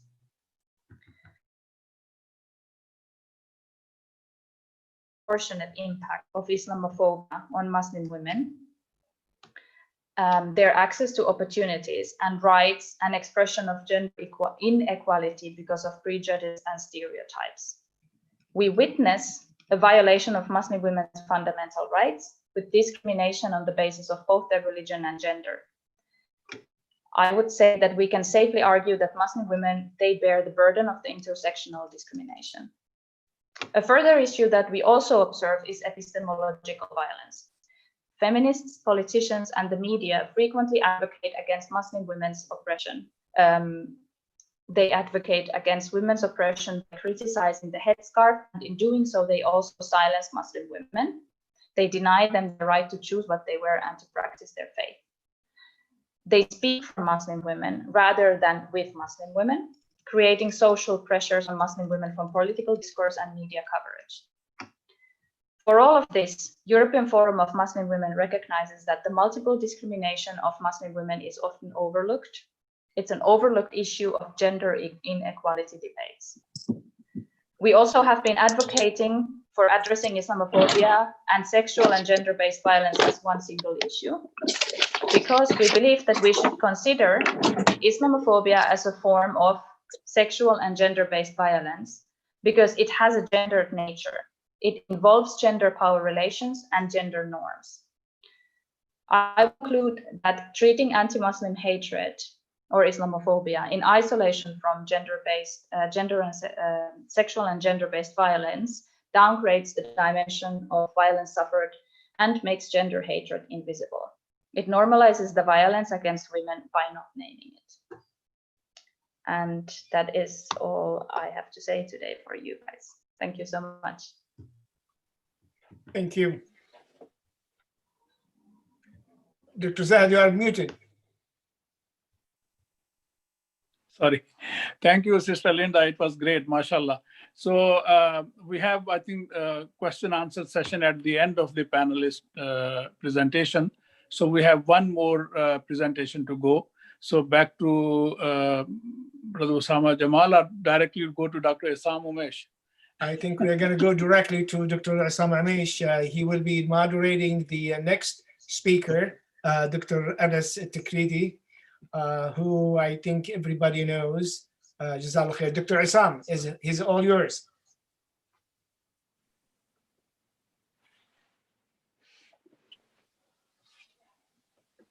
Am I? It's on, huh? Yeah. Yes, you are on. Okay, so I thought we were starting at 3 o'clock, but we can start a little earlier. Yeah. Bismillah ar-Rahman ar-Rahim. Alhamdulillah. Wassalatu wassalamu ala Rasulillah. All praise is due to Allah subhanahu wa ta'ala, our Lord, the gracious, the merciful. and the prayers and the blessings of the Almighty subhanahu wa ta'ala be upon our Prophet sallallahu alaihi wasallam. Let me first begin by thanking Brother Usama al-Jamal for his tremendous efforts in hosting this wonderful international conference. It is very heartwarming always for us to meet and hear from our brothers and sisters all over the world.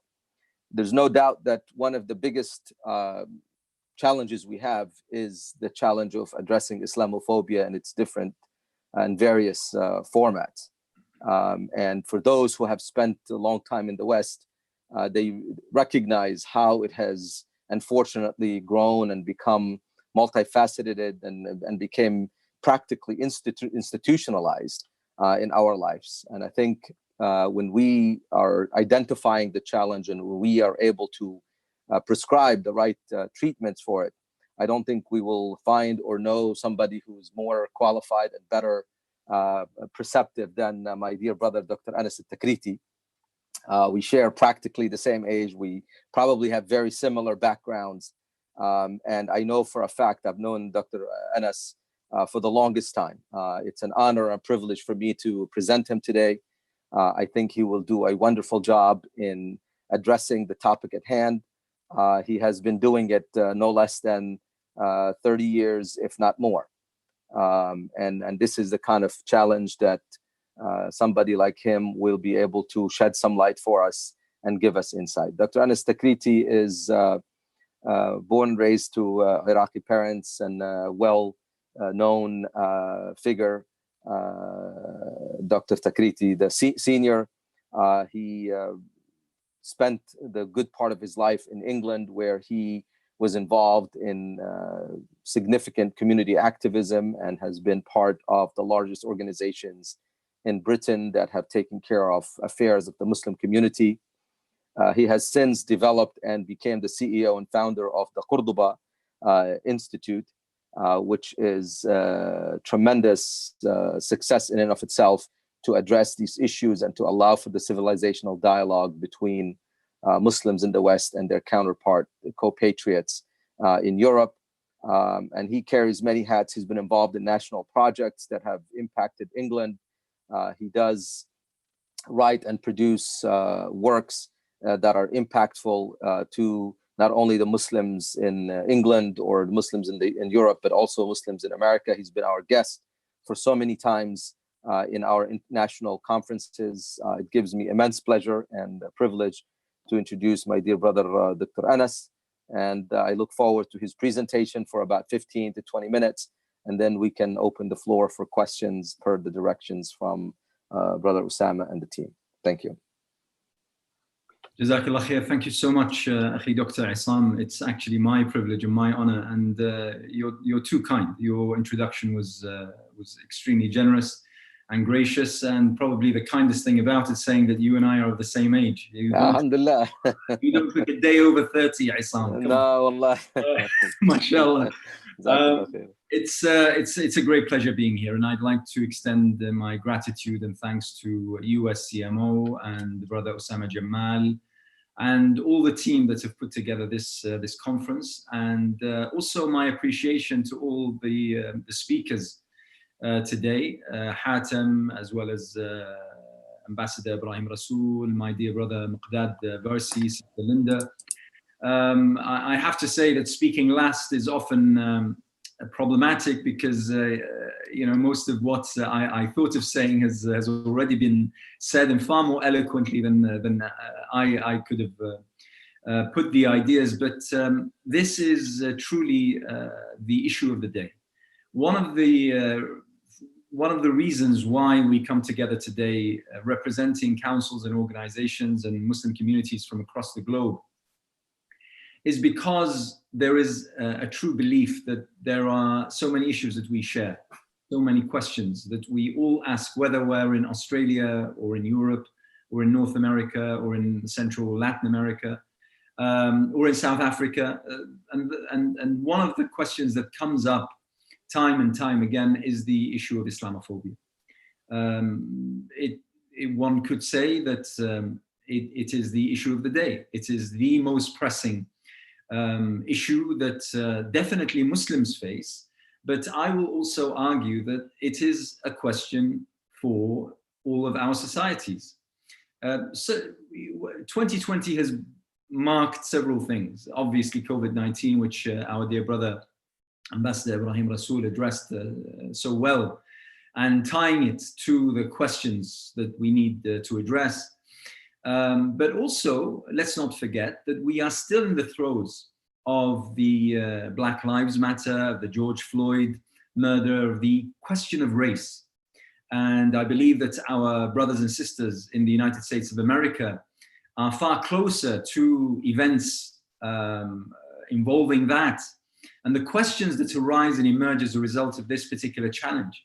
But actually, the issue itself has crossed far more borders than anyone could have expected. We in the UK still have regular protests demanding that police use less excessive force when dealing with minorities, and particularly people of color, and specifically Black Brits, as well as across Europe, in France and Germany and the like. This is one of the questions that marks 2020. And the fact of the matter is that this issue has roots back 200, 300, 400 years ago. And now we are, as a human race, we are asked to pay the outstanding bill of the accumulation of not only time, but the prices that have been paid over those generations. Prices of blood, prices of property, prices of rights, of humanity, of dignity. Ultimately speaking, every single one of us has to fork out in order to cover for the crimes that were committed time and time again, regularly, incessantly, systematically, institutionally. And therefore, when we talk about the issue of Islamophobia, we're not just talking about something that impacts or affects Muslims. In fact, if we are to learn anything from the issue of race that we're now trying to address, it is that ultimately everyone pays the price. And therefore, it's important that for Muslims, at least, when we speak about Islamophobia, it's not from a victim mentality. It's not this complex that we are so tied to and cannot let go of. It's something that we are doing on behalf of society and the future generations.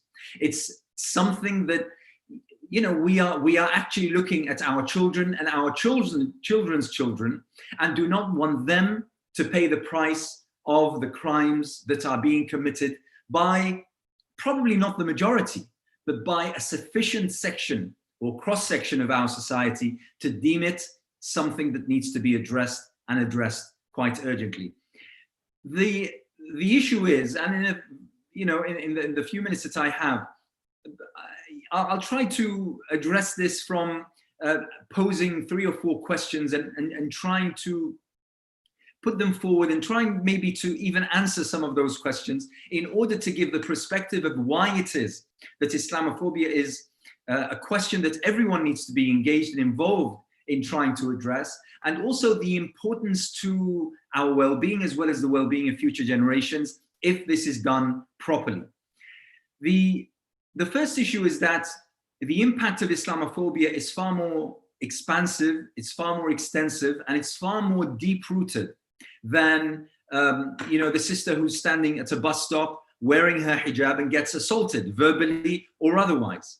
It's more than the Islamic center or mosque or community center that gets firebombed by a group of looters. It's not just because police, for instance, dismiss a case simply because the complainant is someone, or the victim is someone who happens to be a Muslim, and therefore readily assumes that they were involved in some wrong play and therefore deserved what came upon them. It's more than that. The impact of Islamophobia is far more wide-reaching than most people can imagine. And this is something that we need to talk to all our friends and all our allies, and they do form the majority of our societies out there. The impact is economic, the impact is political, the impact is security, the impact is social. It's incredibly important to realize that once you undermine the rights or the standing or the dignity or indeed the humanity of any single individual in society. And society turns a blind eye or allows this dehumanization to take place, then everyone has been dehumanized. Everyone has been forsaken. Everyone's rights have been sort of put on the line and risk being taken away. It's vital to understand that when a sizable community, a community that, as we have heard so many times from all the speakers, contributes so much, that has given so much in life, in limb, in property, in knowledge and information and ingenuity and originality and creativity. When you undermine that section of society and that practice is seen as okay or not serious enough to be addressed by society as a whole, what happens is that you create an underbelly that threatens the stability of all of society. It means that there is a section of society that doesn't feel that it belongs. All of a sudden you have a sizable section that probably cares slightly less about the safety and prosperity of society. And that can't happen in a society that thrives, wants to thrive, that looks in order to expand and to boom and to flourish and to grow. You can't have that. Politically, once you become apathetic, apathy is the greatest threat to any political structure. We talk about democracies versus dictatorships. The actual biggest threat to any political structure is when people give up. They don't care anymore. They don't care who wins. They don't care how they win. They don't care what they do in office as long as it doesn't impact their daily lives. Once you have that, the political structure is on the verge of collapse if it hasn't already collapsed entirely. So imagine if trying to convince young Muslims or members of any particular minority community or the blacks in any particular country who feel that they do not belong, or that successive administrations have treated them as second-class citizens, as though they are not deserving enough to be treated on equally or on par with anyone else. Imagine how they feel regarding the political structure when you talk about whether it's this candidate or that, or this political party or that, or this political project or that, and then they don't care. What is the use then? How can you develop and how can you build that society?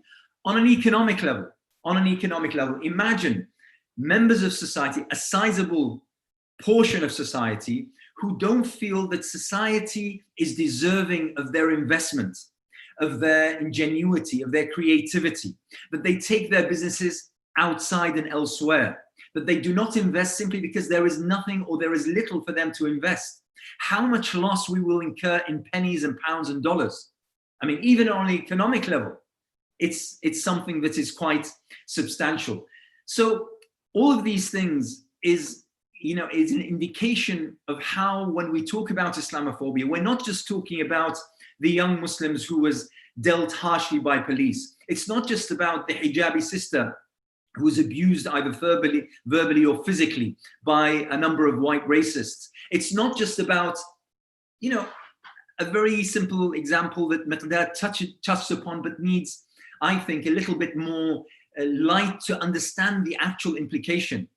When companies, whether the public or private sector, when there is a systemic preference of a non-Muslim over a Muslim, regardless of qualification, regardless of aptitude, regardless of competence and ability, how much loss will we all lose as a result when the lesser in terms of qualification or in terms of ability is appointed simply because they belong to what we call the right kind of religion or right kind of race?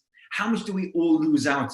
And you can talk about medicine, you can talk about healthcare, you can talk about economy and trade, you can talk about every single section of society. The other question that I'd like to move on to is, and this is something that came up in some of the presentations just in the past couple of hours. One of the problems that I feel, and one of the issues we do at the Cordoba Foundation, is that we deal with young, thriving, active Muslims who work in various sections in British society. And one of the most problematic questions that they find asked of any Muslim commentator, and I can attest to this because I appear quite regularly and frequently on British as well as Arab media. And there is a question whenever there is some sort of attack, whenever there is some, either committed by a Muslim or the victim is a Muslim, and I'm invited, there is a question that I can, we do not bet in Islam, but I can place my entire house on and feel absolutely safe that I will be asked. And the question is, what can Muslims do more or better in order to avoid being attacked or to avoid being? And that is one of the most problematic questions I find, but which are readily acceptable. And I don't distinguish here between Western or Arab and Muslim media outlets. It's all the same. I can guarantee that that question will be asked. But then when you think about it, how on earth can we allow a victim to be questioned? What could have you done differently or better or more to avoid being attacked? At this moment of time, crimes are being committed against a particular section of people. Who would in their right mind hold the victims responsible for those attacks being perpetrated against them? The other day, there was a debate, a public debate on BBC Radio over here about the issue of rape and the connection or correlation that someone made with how the victim was dressed. And there was public outrage. How dare anyone come and hold the victim responsible for the attack, the heinous, repulsive attack that befell her? How on earth could that happen? If by the same measure we come to the question of Islamophobia, how on earth then could we be asking young men and young women who have fallen victims of such dehumanization, what could have they done differently or more or better or the such in order to avoid being victimized? It's something that we need to be extremely wary of. Also, we have the issue of conflation. I believe that it was Miqdad who mentioned the conflation between being a Muslim in Britain today and halal food, and all of a sudden we're seen to be anti-animal welfare and animal rights and quite cruel to animals. The issue of hijab, the issue of terrorism, these issues, while pertinent, whilst they are questions being asked and society wants to understand, but at the same time trying to conflate the issues that is faced by a Muslim sister living in East London and facing difficulties every single day with whether a Muslim woman ought to or ought not to wear hijab, or whether there was a terrorist attack that happened in France a few weeks or a few days ago, or whether Muslims eat halal meat or the such, is incredibly problematic. And again, it's something that unfortunately media outlets and organizations that ought to know better do time and time and time again. So whilst the victim is trying to address the issue that has befallen him or her and trying to solve that particular problem, all of a sudden distractions are being thrown and conflations are being made so that all of a sudden I need to explain why it is that sometimes in Palestine, for instance, someone chooses to blow themselves up, or the Taliban did this, or someone in Egypt did something else. And it's tiring and it's exhausting and it leads people to disengage. I recall just a few weeks ago, we had a request from one of the main news outlets for a Muslim sister to come and speak. We couldn't find anyone, not because there aren't any, there are plenty, but because people were sick and tired of the way in which they were being almost interrogated when actually they had cases to put before society and the public. Also, we have to mention something else. One of the biggest instigators of Islamophobia in North America, in Europe, across many other countries, unfortunately, is Arab and Muslim regimes. Let's face it. One of the biggest issues we face in the UK is the interference of several Arab and Muslim governments and their demand of the British government to keep an eye, to monitor mosques and Islamic centers, to look at young Muslims who observe their prayers in mosques, for instance, or women who insist on wearing the hijab, or even probably the niqab. And when we come to talk to the head of the chair of the London Metropolitan Police, or to the Home Office or the such, they point to a Muslim political or community figure somewhere and saying, well, it's not us, but this is what comes our way. And this is something that we also need to be aware of, and also to educate both the media, the political structures, and whoever we engage in within our societies of what they are trying to do. Very quickly, also one of the problems and challenges that we face and we need to create a narrative that properly deals with. Ambassador Ibrahim Rasool and several other speakers spoke about the various issues that we as Muslims care for, are concerned with, campaign for, out of, yes, being a Muslim, because Islam is a religion of humanity, but also because we are human beings and we care for justice. We care for Palestine, not just because Palestinians are majorly Muslims, there are also Christians, but because it's a just humanitarian issue. We care for Kashmir because it's a just humanitarian issue. The Uyghurs, the Rohingya, and so on and so forth. The list is too long for me to list. We care for these issues just like our brothers and sisters care for just issues around the world. The issue is now, and this is deeply problematic, when we hear that certain governments, including probably to a large degree the British government, that someone who is active for, let's say, Kashmir, is someone who needs to be monitored, to be observed quite closely, because that might be an indication of them being radicalized or becoming an extremist or the such. That is deeply problematic. When all of a sudden the conflation reaches even the just causes, which are of a deeply humanitarian nature. This is something which is campaigning for Palestine and against occupation shouldn't be something that is tied with extremism or terrorism. It must not be.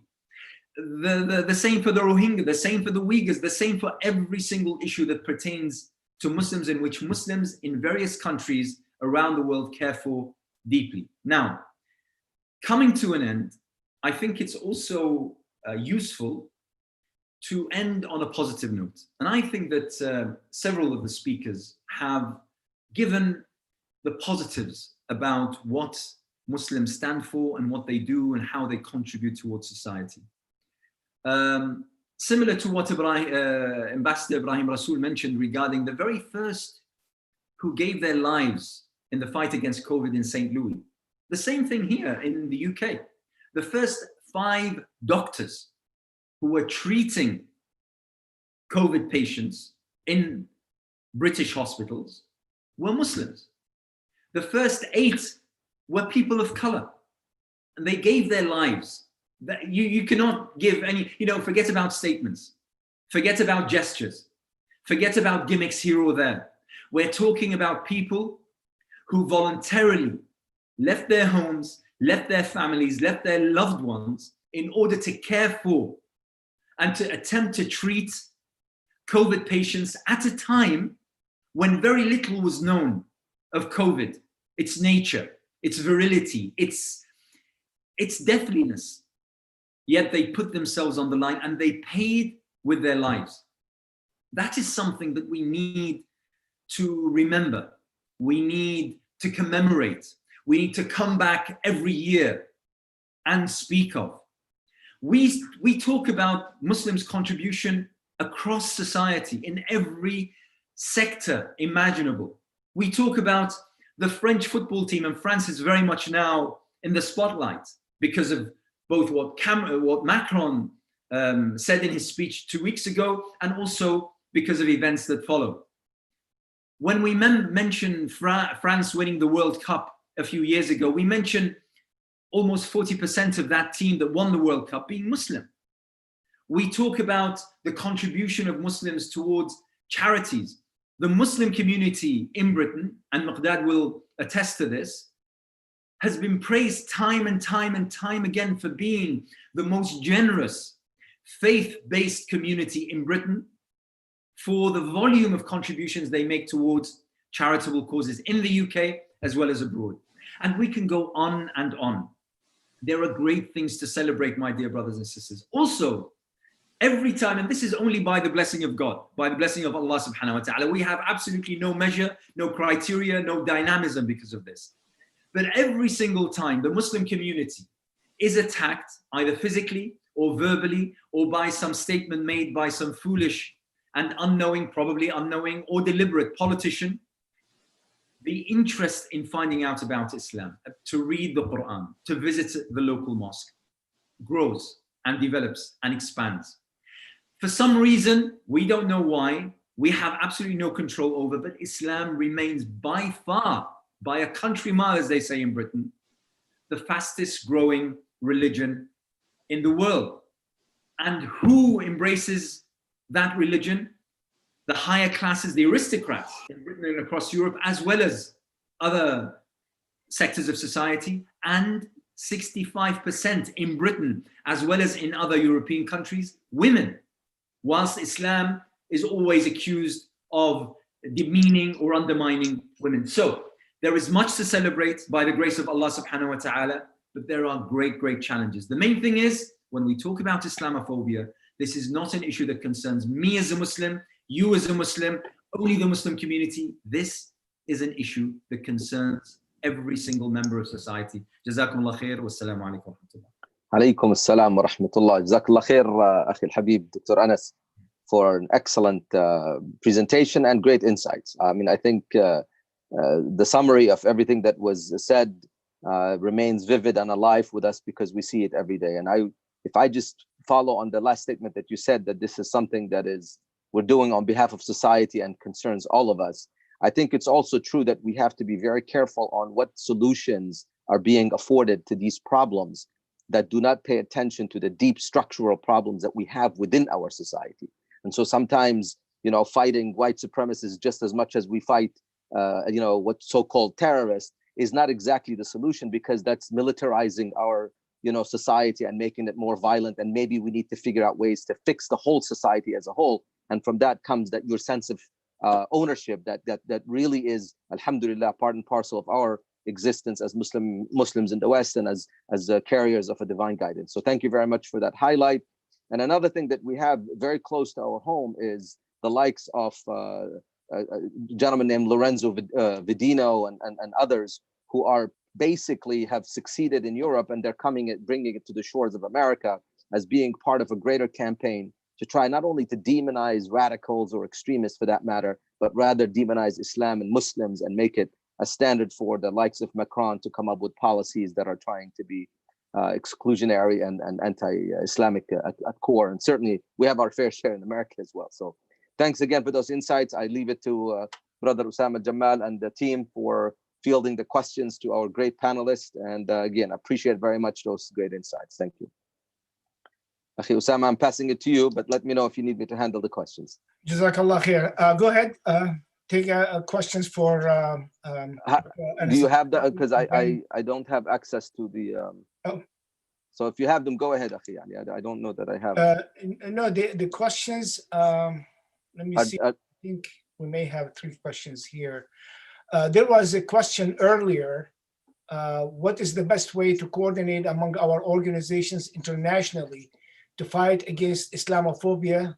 Make an international coalition only for this issue, Dr. Mohsen Ansari. That was a question by Dr. Mohsen Ansari. Is Dr. Ansari still around? Let me see. Are all the panelists available to answer questions, or are these specifically to Dr. Takriti? This was made, was not directed to any particular one, but anybody is welcome to answer. Anas, you want to take a stab at this? Actually, if I may, I don't know whether, because I saw Miqdad fleetingly, I'm not sure whether he's around, because Miqdad has actually addressed this particular issue in regards with what we need to do. But yeah, yesterday, we recalled our 2016 convention in Washington, D.C. in February of 2016, which concluded with the formation of an ad hoc committee in order to launch a global platform in which Muslim councils and organizations from across the globe, in the non-Muslim world, in the West specifically, Australia, New Zealand, as well as Europe, South Africa, and North and Latin America, can actually share experiences, can share ideas, can speak about common issues. And for the past 4 years, this committee has been meeting regularly in hope that soon, inshallah, that launch will occur. And that could be a platform in which, we can network to an extent in terms of the lessons learned, the experiences, the difficulties, the challenges, as well as, whatever curricula we can commonly come up with in order to fight this. The very simple answer to this question, whether it be in terms of Islamophobia or any other issue, is we need a greater level of coordination between organizations within the same country as well as across borders. We need a greater or a more clearer line of communication between these organizations. And we also need to offer support to organizations that are specifically set up in order to counter these issues. For instance, the Cordoba Foundation, whilst Islamophobia is one of its aspects and one of its concerns, it's not entirely dedicated to the issue of Islamophobia. However, we have in the UK 4 or 5 other organizations that are set up specifically for the case of Islamophobia. Those organizations need to be supported, and they need to be promoted, and their work needs to be shown and exposed so that basically they can become far more efficient and far more impactful in terms of what they do. But if Muqdad does come back, I would very much welcome his own input in this particular issue.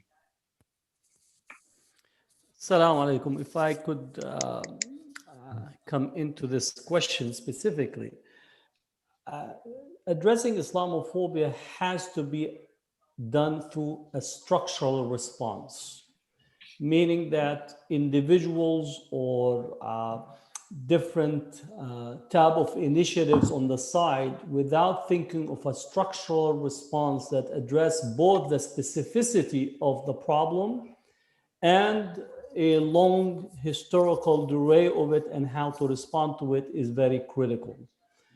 The second is that it has to be grounded in empirical research, meaning that firing from the cuff or from what you call just in a response to the questions without looking at what the data says and how to deploy your resources with data in the background is very critical.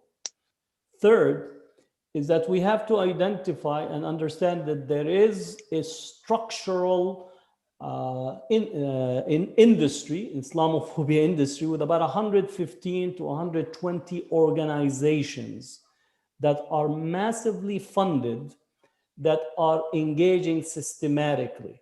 And one has to identify them and to actually work to counter them systematically.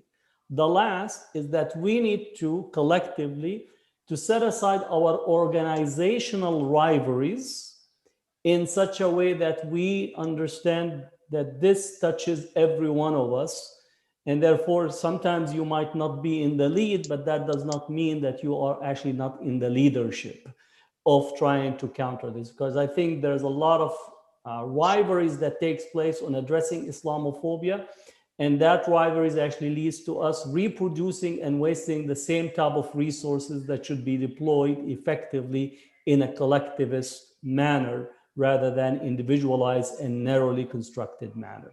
So that's the last, if I want to add, is to separate the addressing of Islamophobia from attempts to assimilate and integrate, because that has a different political structure than actually addressing racism, discrimination, and structural aspects of Islamophobia, because I think often people try to connect these two, and I think they commit both intellectual error, but also commit, I would say, a faulty analysis of how to address and undo Islamophobia. So I'm very critical in terms of those aspects of making those connections between, because I don't think it's the research or the data actually supports it.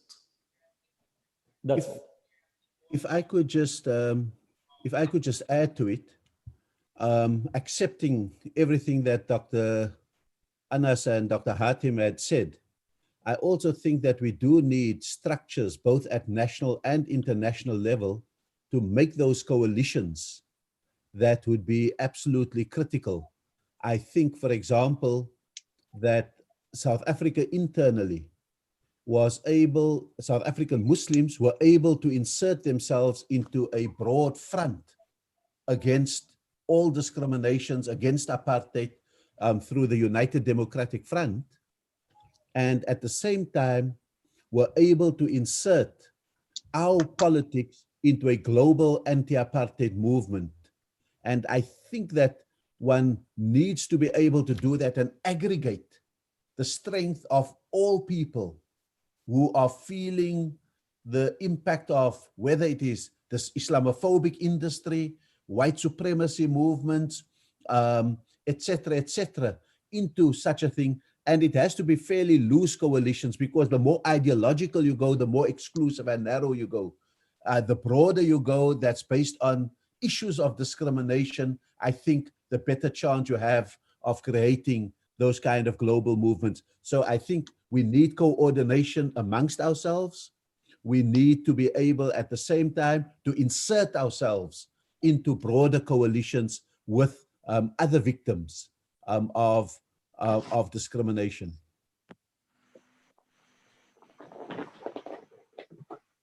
Sister May Linda? I add something to this? Yes. Yes. I just wanted to add, I absolutely agree with the approach of being very systematic and having structures in approaching the issue of Islamophobia.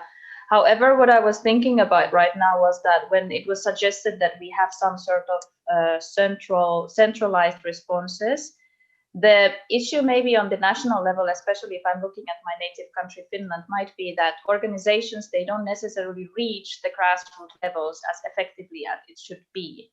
Because when we have centralized organizations, or for example, one or two organizations who are being regarded as you know, like the voice of the Muslims, the representatives of the Muslims in the country, it always becomes an issue, in my honest opinion, of you know, who is the legitimized speaker for those, like for the grassroots levels, basically. Yes, I wouldn't want to see any kind of high priest, so to say, to dictate some sort of, you know, policies or whatever. I think it's absolutely important that the organizations are in line and in good touch with the people themselves on the community level. So that's just something that I wanted to add.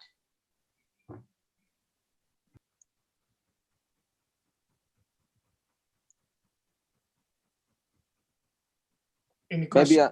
If I want to add one thing that also is that we have to begin to take account that massive funding to the Islamophobia industry is coming from Arab and Muslim countries that are trying to resolve or engage in their own contradictions by playing and demonizing Muslims in the West. And again, in our last conference in Paris, there was a funding that came to the National Front, which was running really bankrupt in the election, and it was infused with a massive amount of money from the United Arab Emirates.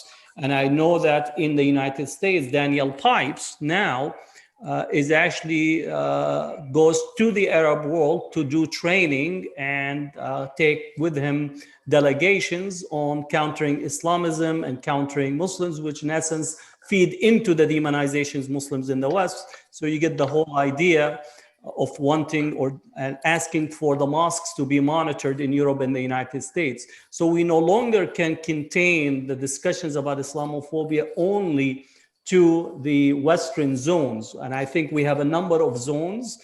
So as we begin to think structurally, we have to actually think in different zones and the different articulations of Islamophobia and how it gets to be deployed, which requires really a higher level of analysis in responding to it. Can I just add to, I thank Hatem for mentioning this particular point, and I tried to touch upon it during my presentation, but once again, trying to highlight the positives out of all of this is that I often ask myself, why is it that various governments are spending millions to the tune of, we know in Europe, for instance, to the tune of hundreds of millions every single year in order to combat community Muslim organizations that, when they comment on themselves, they will tell you, we're quite small, we're quite limited in terms of our capacity. We don't have extensive membership. We're usually, we can barely cover our budgets. So why is that? The fact of the matter is that Muslim organizations, and particularly grassroots organizations throughout the West, have proven their success in coming up and producing a message that can mobilize. People can gather around. I'm often asked, you're a small organization, how on earth could you call for a demonstration for the rights, let's say, of Palestinians, or the rights of the Rohingya, or the rights, and hundreds of thousands come out? How can that happen? The reason is because we, by the grace of Allah subhanahu wa ta'ala, we have managed to come up with a narrative that mobilizes, that has an impact, that has an effect, and has an influence. And that's why, so much money is being pumped in the other camp and the other campaign in order to quell and to try to stem that particular impactfulness.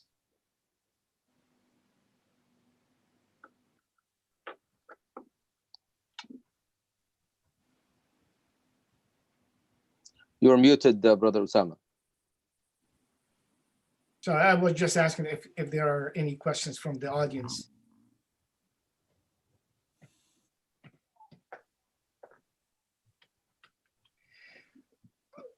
The fact of the matter that unfortunately Arab countries are funding Islamophobia is very dangerous, because that's how they take excuse, because they're trying to say that it is the political Islam is the problem.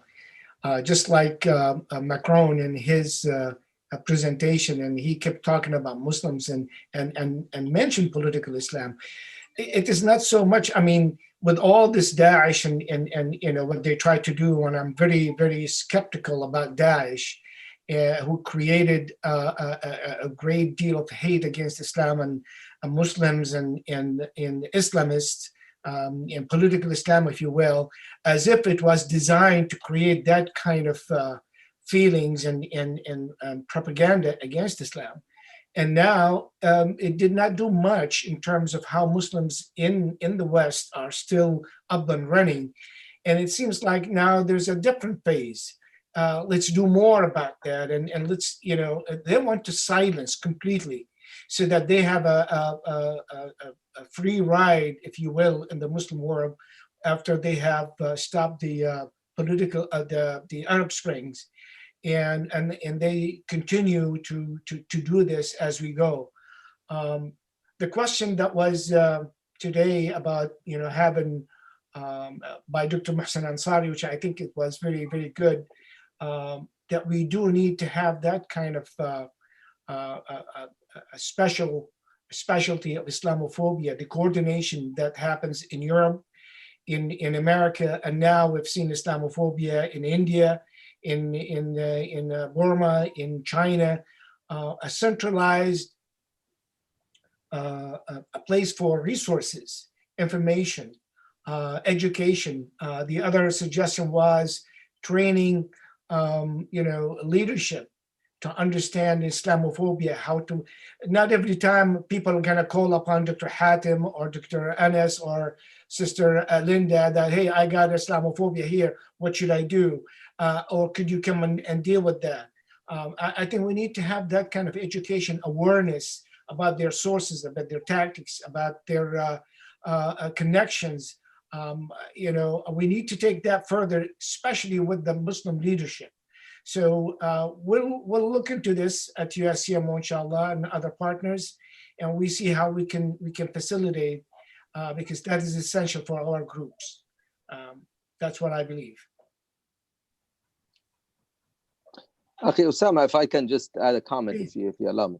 I think there is also world phenomena that are important to understand, that we get caught in as in our fight against Islamophobia. I mean, I think when we look at nativism or nationalism and the kind of trends that are taking place, even in the challenges that democracies are facing, or even the thought of the democratic framework as being the way to discharge power and allow governance, I think that is being challenged, and that's leading to very deep intellectual thoughts as to how do we combat those trends, the Trump trend or the Moody trend and all this. And we find ourselves as Muslims caught in that in two levels, right? I mean, in one level, it's a national phenomena or international, global, and we're caught in it because it's xenophobic and it creates all the other layers of conflict.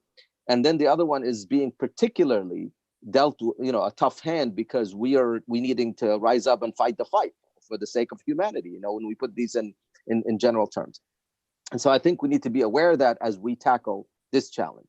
And the other thing that I would add is, particularly to fighting Islamophobia, as Dr. Hatem and Dr. Anas and Ambassador Ibrahim and others have highlighted, that there is a particular way of addressing it structurally and understanding the deep roots of it. But the fact of the matter also is that there are particulars to it that we need to pay attention to.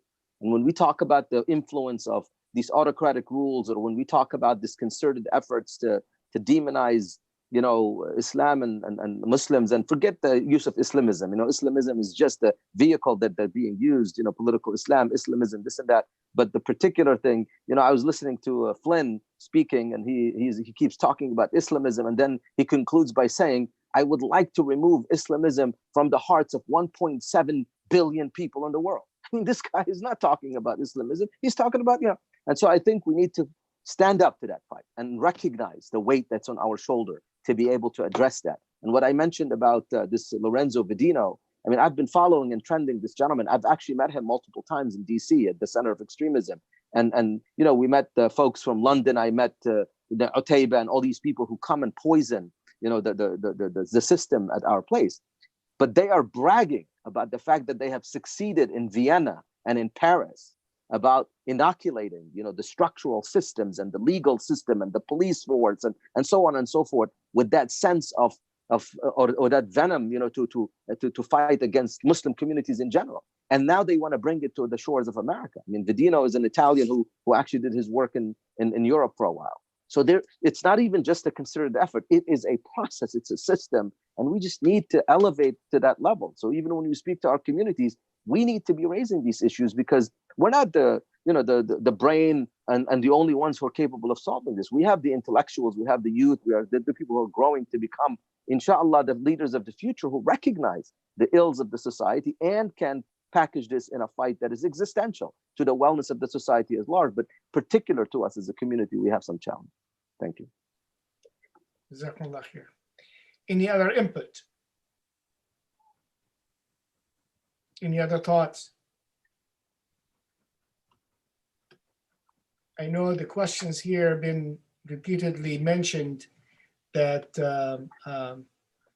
we have from Sister Dursaf bin Diab, since Islamophobia is targeting Muslim women in Europe, and not late than yesterday, 2 healed Muslim women have been attacked with knives close to our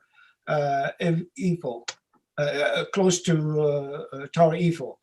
After the increasing hate speech, and also the politicians and institutional Islamophobic speeches related to the new separatism law.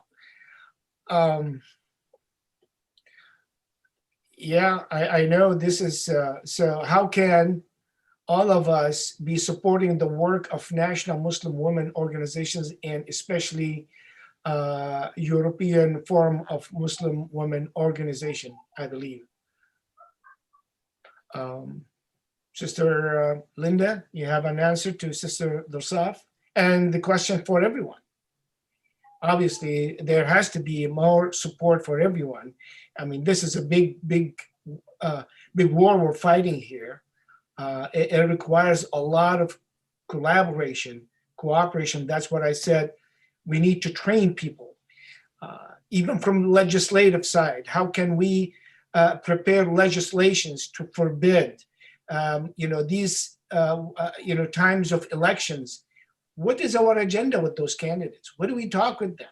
I mean, we keep whipping our people go and register to vote, and then vote for who? and for what price?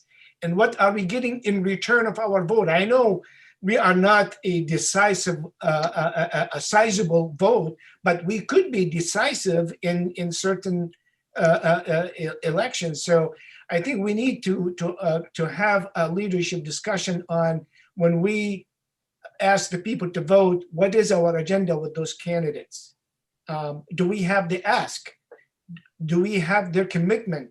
And one of those we should all work on is that to criminalize Islamophobia and Islamophobic actions, Islamophobic rhetoric, Islamophobic speeches. That has to be just like anti-Semitism. We have to work on this, and I think that could be our next phase of stepping up the political activism to be more of agenda oriented. Sister Linda, I'm sorry, I took out of your time to speak. Go ahead. No, astaghfirullah, it's not a problem. No.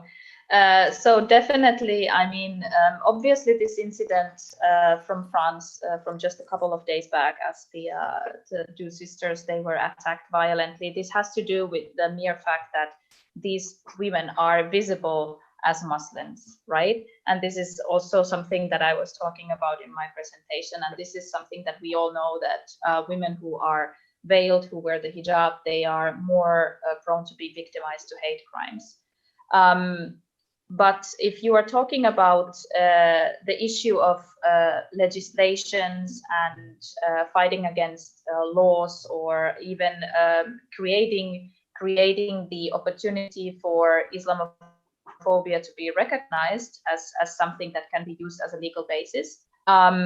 Here, on one hand, if I'm looking at, for example, at my native country, Finland, how the politicians there argue in terms of when they're trying to pass bills for headscarf bans, most of the time it is a case of a pure epistemological violence when, as I said also in my presentation, we are talking about, they are talking about us, but they are not talking with us.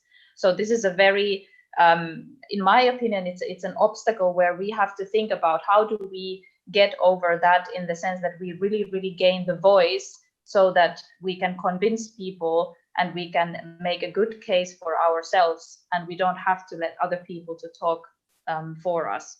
And then at the same time, what comes to the work of the European Forum of Muslim Women, we as an advocacy organization, we have to oftentimes deal with politicians on the EU level, and we are working on projects on the EU level. And in order to be effective in these kind of circumstances, we have to be able to bring solid data. And in order to bring solid data, we need projects, we need research. And this is something that we are constantly working on, that we are doing research, we are conducting projects, but all of this also needs funding. So if we don't have funding for these projects, there is nothing that, there is very little that we can at the end of the day do, because at the moment, the data is lacking on many aspects, especially if we look at the reports that are being done on discrimination or intersectional discrimination. Many of these reports and many of the data, they are lacking the aspect of religion, right? So this is something that still has to be addressed on the EU level at least.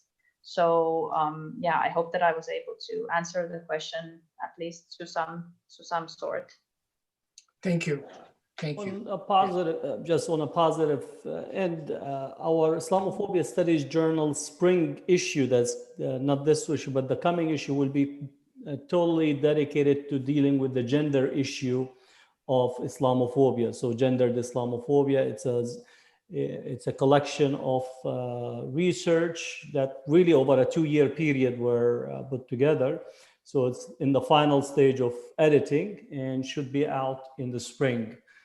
So I think it'll be very important to understand it. And I think, as I mentioned earlier, 80% with variants in different countries of Islamophobic physical violent attacks target women, not men. Yeah. So in this one has to understand the gendered aspect of violence. But in the West, they don't actually see it as violence against women. They see it as a violence against a possible terrorist. So we have also a lot of work we need to do to completely de-aggregate how a Muslim woman walking in civil society, in civil space, is not seen as a woman, but seen as, in essence, an incubator of terrorism. So that's a part of what you call the Islamophobic social imaginary that we have to actually undo. So a lot of work needs to be done in there.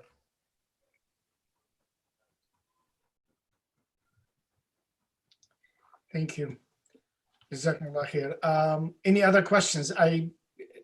This topic is really a very important topic, and I know we have one of the best speakers on this topic. I want to make sure that everybody take advantage of our great speakers here and ask their questions. And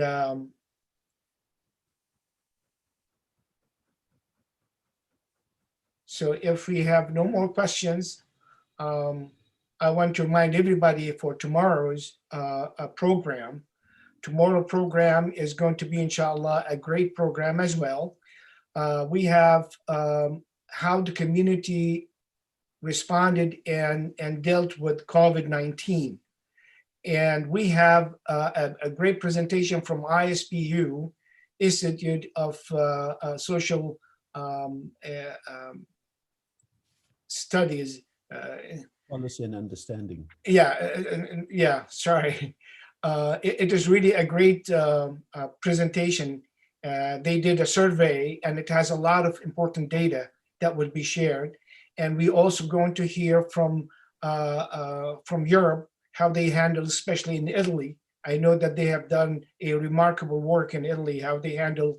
And we have also from Islamic Relief, and we have from Helping Hand. And so it is really good. We're trying to get you somebody to talk about the US elections, the update, what that could mean to all of us. I know this is a kind of interesting topic to everybody. We'll see if we can squeeze that into the COVID-19, but we're working on it. Nevertheless, the main topics for tomorrow are really, I would encourage everyone to really attend and get a good how we did this, especially the survey that was done, and also what has been done in Europe and other places. With that, I think we have done a great job. Thank you for all our speakers, Ambassador Ibrahim Rasool, Sister Linda, Dr. Hatem, Dr. Anas Takriti, Brother Miqdad, Dr. Isam, Dr. Zahid Bukhari, Brother Edward Mitchell. All of you have been great to speak today, and we appreciate the time you spend with us. Until tomorrow, we wish you the very best. Thanks to all. We are recording all these presentations. Inshallah, we will package them and we'll make them available to everyone that they can use them and share them with their groups and organizations as well. And today's session was live on YouTube. So thank you all again, and we'll see you tomorrow. Jazakumullah khair. Thank you so Assalamu much. alaikum. Thank you so much. Salam.